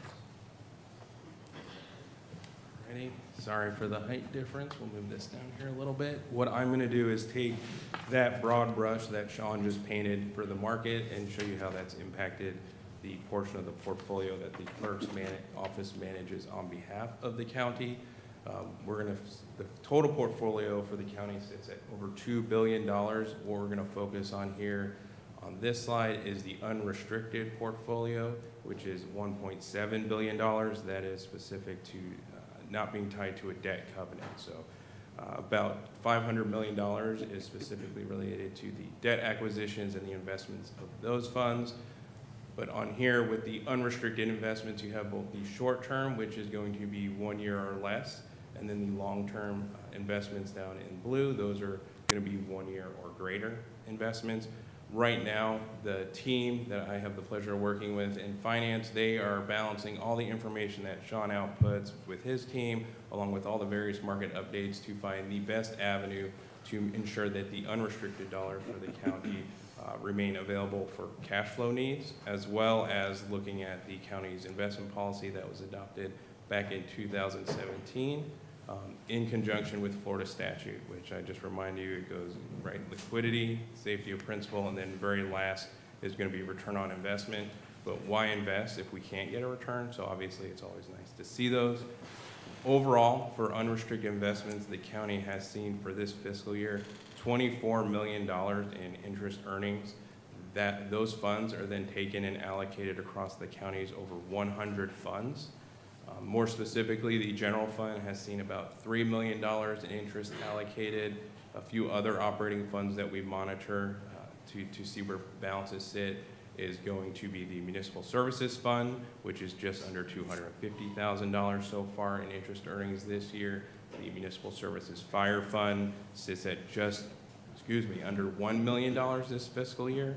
And then two other funds we monitor on a quarterly basis will be the Stormwater Management Fund, which is a highly used fund, got about $650,000, and the newly established Road Rehabilitation Capital Projects Fund has received this year $253,000 in interest allocated based on earnings. Big picture, when you look at this slide, the big takeaway you're going to see here is right now the portfolio as a whole, even with the market being very uncertain, the clerk's office through management of these funds is exceeding all benchmarks when it comes to all county investments. For example, short-term investments just under 4% and about 3.5% is the industry standard. We are between 4 and 4.5 on a lot of these earnings, and then the longer term in blue, they're about 3.76%, where you can see we are exceeding, if you look at that trailing 12-month total return, well into the 4.2 range. With that, any questions overall for the county's portfolio? Good. And then just this is the last slide before Sean wraps it up, is this is the investment policy in picture form. So these are the restrictions for the different sectors for the county's investments. On the left are the different sectors. In gray, the outline box, that is the limit per the adopted investment policy, and you can see shaded in blue is where we currently stand as of March 31st, all well within the allowable amounts and percentages for the county's investment policy. With that, I will turn over to Sean to do the last few slides. Thank you, Matt. So again, just to be brief, you see the slide every 6 months, and to highlight on the top right, we are well diversified across sectors. The issuers baked in here are not listed, but roughly 170 different issuers within the portfolio, so of a wide variety of securities, and the portfolio has done well. And I want to call out two specific numbers in the table on the top left. It's yield at cost and yield at market. So yield at cost represents the actual earnings in the portfolio. That is a number that changes on purchases, on sales, on maturities. Yield at market represents what you would be given if you went out with that basket of securities that's in the top right, that same diversification, and went out on March 31st, what would you get? So you can obviously see those numbers are different. You all are earning 4.1%. The portfolio, or the market, is giving 4.04%. A quarter ago, that number, that yield at market, was around 3.75. So the portfolio was doing much better, but again, just kind of bringing it into the yield movements that we've seen just over the past month, that is compressed a little bit. So still outperforming, but outperforming by a smaller margin. Now, when we look at the performance, so again, yield forward-looking, what could we expect to earn? Total return, past-looking, what did we earn? So looking at the past quarter, so just the past 3 months, 0.37 compared to the benchmark 0.29. That number's relatively low. The reason for that, if you look up at the dollar figures, right? Interest income, dollars generated into the portfolio, 5.6 million. 5.8. 5.8, yeah, 5.8 million. And then the change in market value was negative, right? That represents that shift that we saw. The Fed decided they're not cutting interest rates. They're going to slow it down. There's concern about inflation. So that move in the market had an impact on the portfolio returns. But when we look out over the past 12 months, still really strong performance, 4.26% compared to the benchmark 3.75. So in a portfolio of fixed income, the idea is low and slow. It's not stocks, it's not private equity. The idea is to earn a steady return while achieving that safety and liquidity goal first. So Last slide, or here we, another slide, but just to touch on this one too. This one strips out that market value movement. It just represents accrual-based earnings. So over the past 3 months, past 1 year, the past 1 year number, to Matt's point, just shy of $24 million in income generated over the 12 months, but still really strong numbers. We're enjoying some of these higher yields in the portfolio, some higher returns. And with the shift in Fed policy, we're expecting to see that hopefully stick around for a little bit longer, but we will keep an eye on that for you. And with that, I'll wrap up, see if you all had any questions or comments before Any questions? Good job. I'd just like to put a comment. You guys have done a phenomenal job from when we first started looking at these things. Yep. Bringing it forward, Madam Clerk. 2019. It's gotten better and better, and now it's like a nice stable position with a market you can't control, but what you're doing is maximizing results, which is phenomenal. Great, thank you. Thank you, Mr. Chair, I appreciate that. Thank you. All right, thank you. Okay, now we're going to go to the consent agenda. A few polls. Broke the streak, Chairman. I'm sorry? Broke the streak. Uh-oh. The pull sheet. All right. Broke Got it. it, 3? Okay.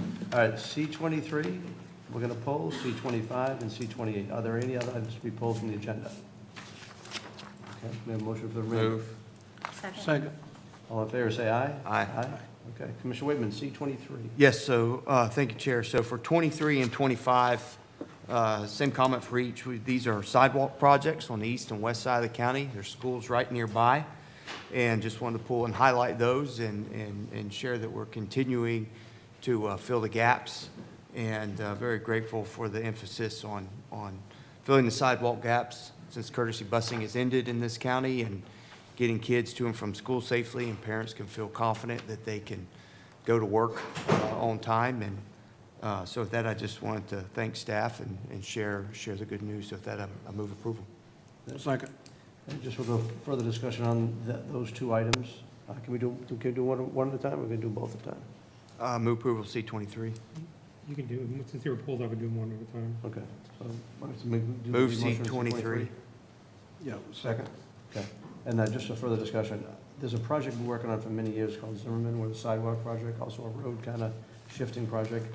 I want to say I had a great meeting with staff. They did a phenomenal job. They did improvements over in Jasmine too, so the team is doing a great job as far as getting these things done, pushing through the process, so thank you for that. All right, all in favor, say aye. Aye. Now, C25? Move C25. Move. Second. All in favor, say aye. Aye. And item C28. C28, just a large number. Kind of make it practice. It's over 10 mil. I pull it, and this was 18. Merrill Brothers does a fantastic job, really setting the stage and the benchmark for how biosolids should be handled across the state of Florida. And so just wanted to pull it based on the dollar amount on the account. So move approval. Second. Okay. I'd just like to add with Merrill Brothers, since they've come along from the RFP, which they won, they've done a phenomenal job. And I said this from the get-go, this is not only going to be good for Pasco County, it's good for the state, it's good for the nation, so hopefully they keep on leading the way. And I told them I'd continue to help wherever I can for seminars, whatever, but they're doing a phenomenal job. All right, so move approval. You have a motion second. All in favor, say aye. Aye. Okay. Did we do the whole? Now we're going to move to R35. I see a lot of reinforcements in the team here. Very good. Well, Commissioners, it is my pleasure today to present to you for confirmation to the position of Assistant County Administrator of Public Safety, Ms. Joanna Cheshire. Before I really get into that, I want to talk about the process that we use to sort of vet senior leaders and especially executive leaders here in the county. There's a lot of people can slam dunk an interview, but it's tough to do a grueling day of interviews as well as looking at meeting with folks, breaking bread together. You learn a lot about people through that process. And I also seek a lot of input during the process of making these selections. So this particular process involved a number of folks, not only senior leaders within the public safety branch, but union representation from the fire unions and the Police Benevolence Association were there. Senior department heads across our organization, and that's important too because an assistant county administrator doesn't just work in a silo. They work, they're bridge builders, and they work across our organization and with our public. And so it's interesting, you got to have that perspective from other senior leaders in the organization as well to make sure are we sharing our culture, are we sharing our values. As well as the assistant county administrators as well, that peer group that everyone that they will work with. You know, and I met with all of these folks individually, debriefed with them personally, and took their input prior to making a final decision. So after consulting with these trusted advisors, you know, I am confident that Ms. Cheshire best embodies the leadership competencies and needs for this post, and she is a thoughtful and attentive leader with just a natural presence and an authenticity capable of building trust and collaboration, which I think is a prerequisite here within the public safety community. So I just want to thank you, just as administrator, again, for your continued support as we journey through things. You know, we are strengthening our leadership team and really kind of doubling down on our strategic commitments to our citizens of Pasco County. And so I just thank you for that. Okay. All right. We have a motion. So move. Then I'll second. One second. All in favor, say aye. Aye. Joanna, congratulations. I'd like to say a few words. Thank you.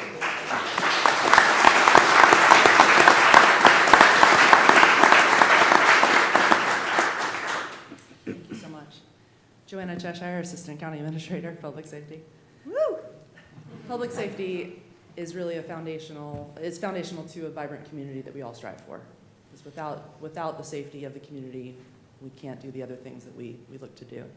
I understand that this role carries a lot of responsibility and trust. That's from you all, from the community, and from the branch. I'm committed to being a steady, accountable partner, aligning our teams, being a good steward of resources, and delivering results that the community can actually see and feel. Thank you for your support and for this opportunity to grow and continue the good work in an organization and a community that I love. I'm very honored. Thank you. All right. Congratulations. I think you're going to do a phenomenal job. I know the job is very important. We've found in the past years when JJ was here how important it was to bring our first responders together to the table and build those relationships, work together, go into DC, trying to bring money back for the SAFER grants, et cetera, and the other things we're working on. So that cooperation is critical for everything. So I'm glad you're up for the role, and congratulations. Let's do a picture. I think with all this crowd here, we got to do a picture. So would anyone like to come up to support her as well?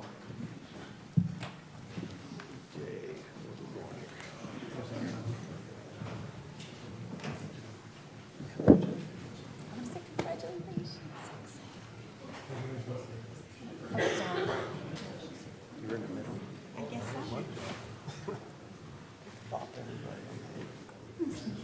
That's fair. You're going to get a smash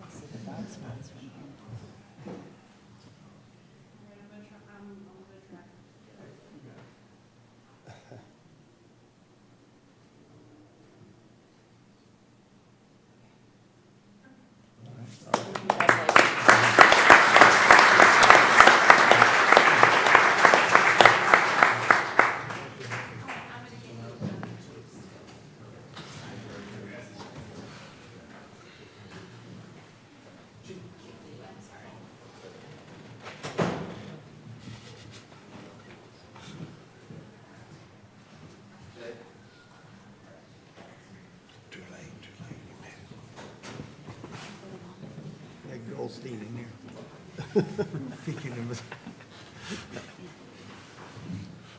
Okay, item R36.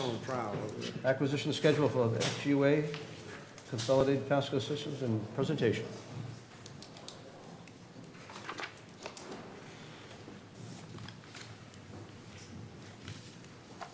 Good morning, Chairman, Vice Chairman, and members of the board.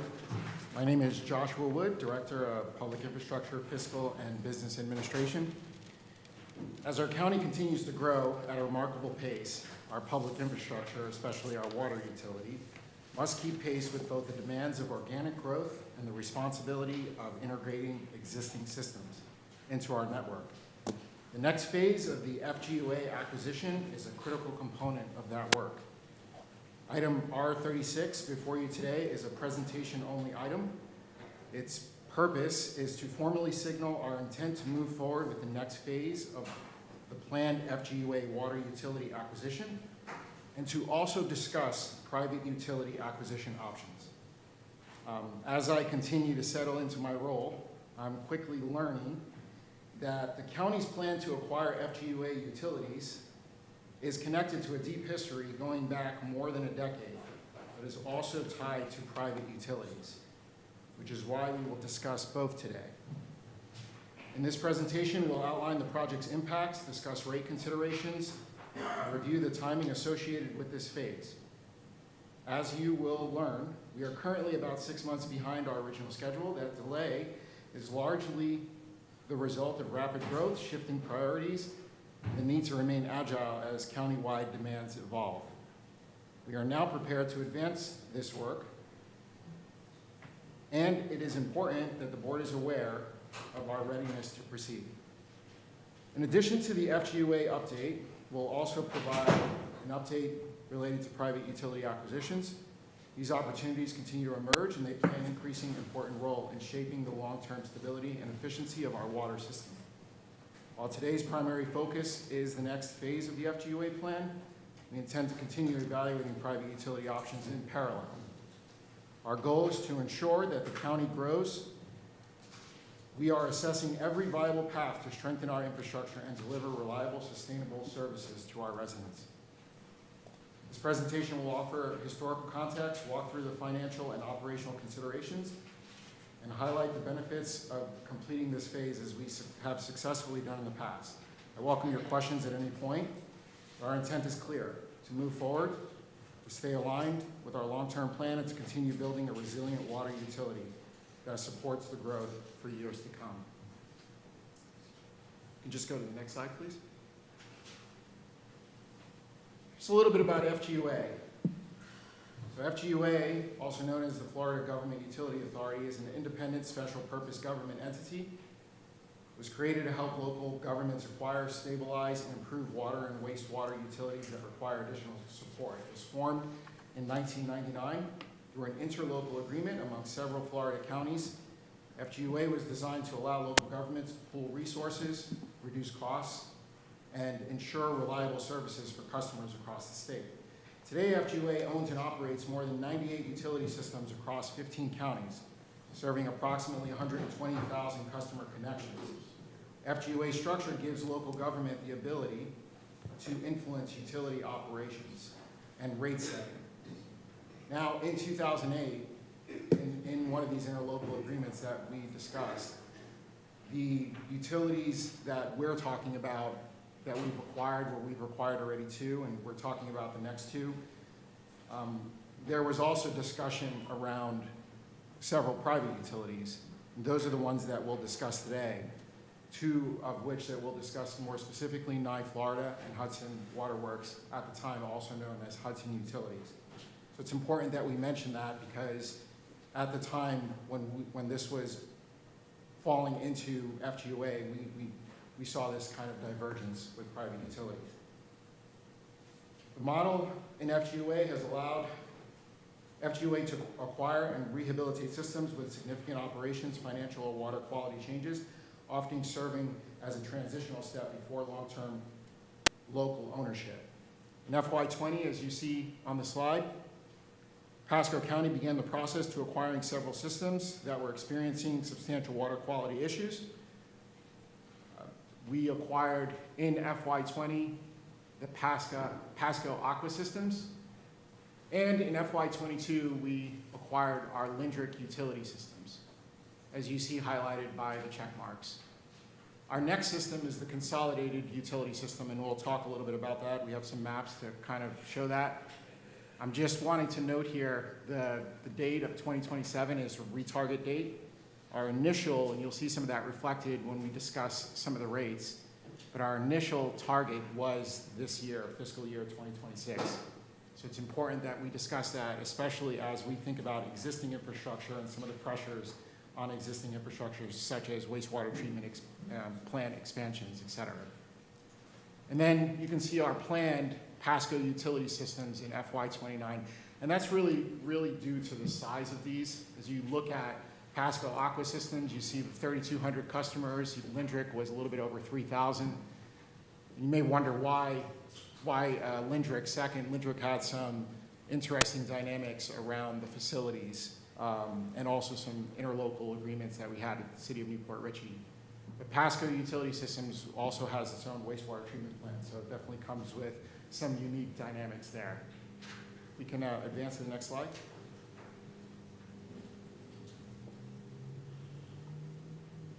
Consolidated systems overview.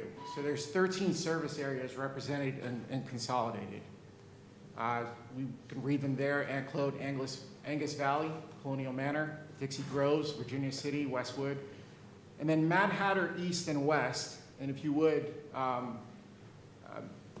you can see here how those two communities, East and West, all kind of represent smaller little communities, as is set up often as we can see in Pasco County. If we can just go to the next slide and we can look at the map. So you can kind of see here how the consolidated system, not my name of choice, definitely FGUA, but represents our far western part of the county and then some central parts of Pasco County there. So we see just south here in Land O'Lakes.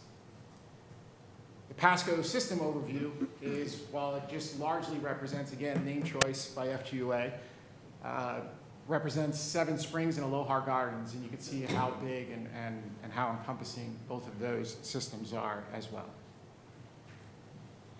So let's talk a little bit of numbers. I won't try to overwhelm us here, but I think ultimately what I want the board to understand is Pasco County Utilities, as you see here by PCU, can reasonably absorb the operational capital expenses from the FY27 consolidated system acquisition. So what are these what are these line graphs really trying to represent? If you look at the blue line, that's basically what's happening in the utility without the acquisition. The yellow line is pretty much on top of what we're dealing with today. Those lines being together means we can handle it. As you start to see as we get into FY29, they start to separate, so that rate of absorption, think of it like a rubber band, starts to stretch out a little bit, puts a little bit more pressure on us. One thing to note is that this is all based on estimations and what we've received from FY24. So our consultants that have done this study really brought that to my attention, because you have to understand when we actually get into this, those lines are actually spreading a little bit out, and which kind of goes to why we want to move forward immediately, because we're already delayed. So it's important to know that. Our debt impacts of FGUA acquisition, this is also important. I'll just take you a little bit left to right. You can see what happened in 2020, Aqua. We brought in, when we brought in the system, $20 million of debt. What you don't see here represented, which is a good news story, is Lindrick, because on the Lindrick side, we had ARPA funds. So we were able to forego that debt that would have come onto the system. But you can see our original plan was to bring in consolidated in 2026, now retargeted, goes to 2027. And why this is important, because that's an important inflection point for the county. In 2027, the county has planned to bring on approximately $412 million of debt to support our existing infrastructure around wastewater treatment plant expansions.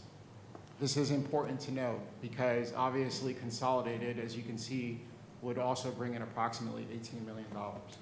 I will like to note here that the utility currently has a debt portfolio of $192 million. So we are at a point now where we are beginning to manage some big dollars in terms of our system, which is just really a testament to our growth. Here are some average bill impacts to customers with and without acquisitions. You can see here in FY26, our rate plan calls for a 3.75% increase, and in FY27, it calls for a 4.75% increase. I would actually like to note on the with acquisitions, I actually have to make a correction here on the spot, but it just goes back to why it's important for us to move forward.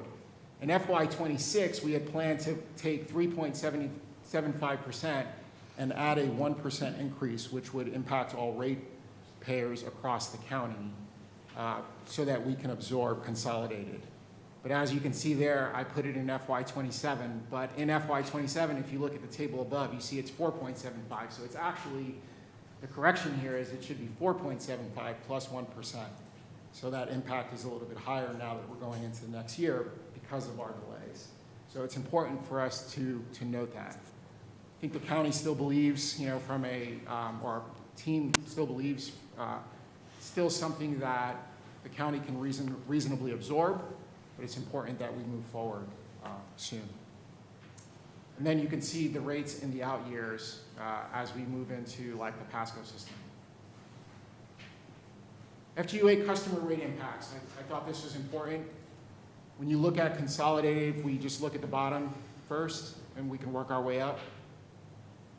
FGUA total bill is average at $96.57. This is considering 4,000 gallons. If you bring them into the Pasco County system, you can see that they benefit from approximately a $27 discount by coming into our system. So it would have quite an impact, and not to mention the water quality obviously would improve. You can see the impacts for the Pasco systems as well. So this is where I want to talk about private utilities operating in Pasco County. As of now, we have identified 29 total private utilities in Pasco County. This is super important. We've grouped them into multi-cluster areas and single cluster areas. And you can see here we have highlighted Hudson Waterworks and Nye, Florida. It's important to note that these are ones that, going back to my original opening remarks, around the time that we brought in and we identified utilities that fell under the Florida Government Utility Authority, these were two that really probably should have fallen in as well, but there were some updates and some changes, some mix of really staff at the time, and I'm coming off of some reading here today, but our staff was really engaged in kind of stepping in and doing some work, and then there were some private utility acquisitions that took place at that point. So recommendation, and I place this here for board discussion. Our recommendation is to move forward with the FGUA plan and consolidated in FY27. And you can see this second bullet point. We'd like to, in parallel, in FY27 and 28, really kind of work a strategy around the integration of private utilities as well. I think the initial recommendation from the team is to commission a formal appraisal for Nye, Florida and Hudson Waterworks. We've obviously looked at some numbers, but it's not really fair to speak to those numbers unless we get an actual formal appraisal and then begin to have further discussion with the board around that. And then, of course, the Pasco systems in FY29. So I think that really concludes my portion, so I'll see if there are any questions or comments at this point. Yeah. I want to say you've done a great job. We've had a couple of discussions about this. I was going to come before the board a little bit ago, and we went through more discussion, and we did try to work again hard on Hudson. I just want to talk about that for just a little bit. 2004, when I was running for office, Senator Fasano at the time came to me and says, this is a big issue for us to go forward with. And in coming forward with it, we need to take care of water quality. We had people coming up to public hearings with babies in black bathwater, pictures of sludge, and all other things that were a big issue for families to try to live and survive. And again, the big ones at the time were Aqua, Lindrick, Aloha, and the Hudson systems. So with all that said, it was good that the Aqua system sold, Lindrick system sold, and Aloha did. But because the PSC was operating the way it was and granting Hudson another big rate, the gentleman could actually get more money selling it privately than he could from us. So without even giving us an opportunity, they paid more money. And the utility that bought it justified, well, even if I pay too much for it, I'm going to be able to raise my rates, go justify my rate of return, and on we go. So that's what led, and has been my passion to try to help all these utilities. We did a great job on the board with Summertree a few years back, getting state help, et cetera, to make it happen. This could be something we could do as well. But I want us to go forward with looking at the Hudson one as well as doing all the others we're doing with the FGA. Because if we don't, it's going to get worse. And Hudson has got a lot of struggles in there. We had a property in Tower Drive flooded out year after year. When we finally put the project together a couple of years ago, you guys may not remember, but it took a long time to get it done. We didn't know where the water lines were from the private utilities to where we had it. And it delayed us like 6 months for getting the project done, trying to get it through, and increased costs. Last 2 years you saw Old Dixie Highway. All the projects we've done in stormwater have been fixed. The reason we just found it out after the season, the reason that Hudson was flooding at Old Dixie was the pipes underneath weren't cooperating together. One was leaking, affected the other one, and affects service on both ways. I can tell you I've got, and I'll do some public hearings on this just like we've done before. I will bring the people of Hudson together. We will craft what their issues are, what their problems are, and I think we build a strong case to get the support to go forward to buy this utility one way or the other. And I saw Hillsborough kind of did it years ago. They just stepped in and said, we're going to do this. It's the right thing for our citizens. Now, the good thing with Hudson, if we do that one, you're going to be able to keep the rates about the same. It's going to be less of an impact to the citizens. The other ones, the good thing is, even if you're going to impact the sections, when we did the people at Aqua, their rates went down. They were extremely happy, and it really helped the neighborhood bounce back. When we did Lindrick, those people were ecstatic because now they could get better systems. So you're going to feel a little bit of an increase for the folks, but the long run, it's better for the county that we take all these things over anyway. The FGA makes it a little bit easier, though it's been more expensive because they haven't paid down the debt like we expected them to. But you've done a great job, and I think we can run the Hudson utility system acquisitions separate but parallel to everything else you're doing. Yeah, agreed, Chairman. Yeah, we'll pursue that. All right. Commissioner Waitman. Thank you.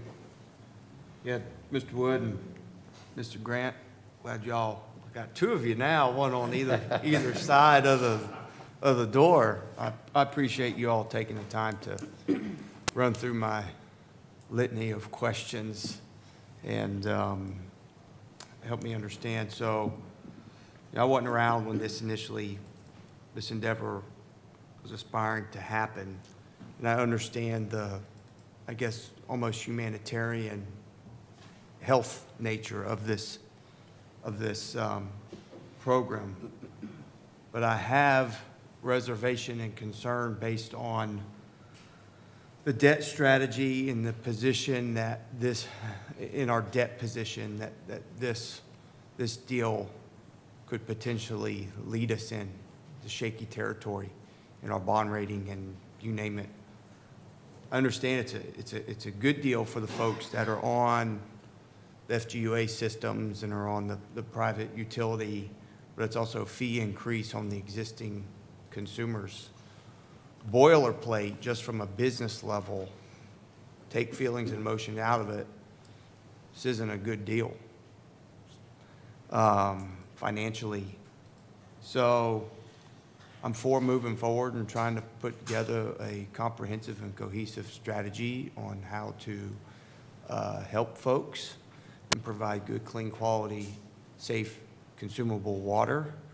But I'm confident in you all and Mr. Wood, as we spoke over the course of time, in your ability to help us understand our debt impacts and the position that it can put us in. And if we need to re-strategize along the way, I think we should. We need to be incredibly deliberate on how we move forward here, because I don't want to see us end up in a real pickle. So I just share those remarks with you. I appreciate all the time, and Justin, you working with our team. And it worked out great because you understand our language, and I assume when the questions went forward, you probably said, oh, those got to be from Waitman, which is good. You already know how our thought process is, but I very much appreciate your both and your patience and the whole team looking into our concerns. So thank you, Chairman. Thank you. Commissioner? I'll just go. My conversations were much more direct as far as what we wanted to look at. And again, this is something that the way the county grew is how these small systems get started, how they get acquired. I think it's good to let these next steps take place. We haven't voted on it, we haven't voted to do any more, but continue the process, because that was, we told the people when we were going to put them under the FGA, we're going to continue the process to look at it. I'm very happy the fact that we did the Aqua and Lindrick systems. I think there's a path forward to keep on going. And, you know, between, I think there's an Orangewood that's done, they got PFAS, it's a small one-off system. Then maybe PFAS money we can put toward that would make sense to get credit. The Hudson system, it could be something where, the great thing with that system is the people are paying, let's say, similar rates to the county. When you add both of them in together, taking them over, you're not going to see the bump in. It's just a matter of negotiating the price. So I think studying, doing the appraisal, going to look at it, let's do the public hearings out there to find out what's out there.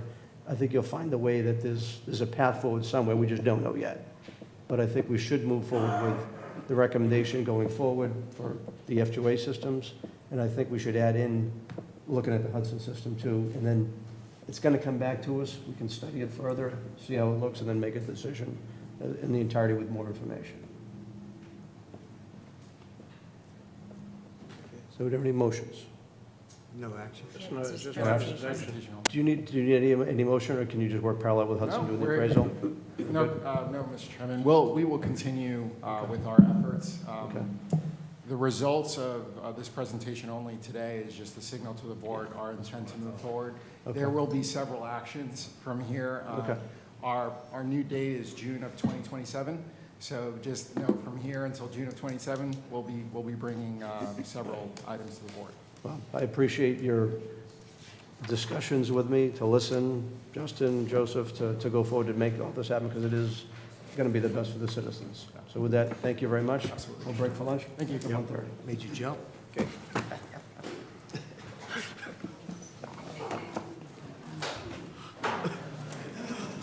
Made you jump. I had to learn how to cook. You know, Tom Waitman doesn't cook. What's the best recipe today? Probably my aunts, my late aunts. Tom doesn't cook. I'm taking myself. I know all their wives, not that is. You know, that is pretty amazing. That's her.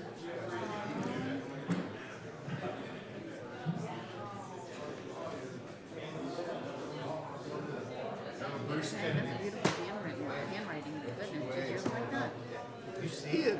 I know, now I gotta pay attention, that's beautiful, he's raised the bar, come on. His is a nice signature.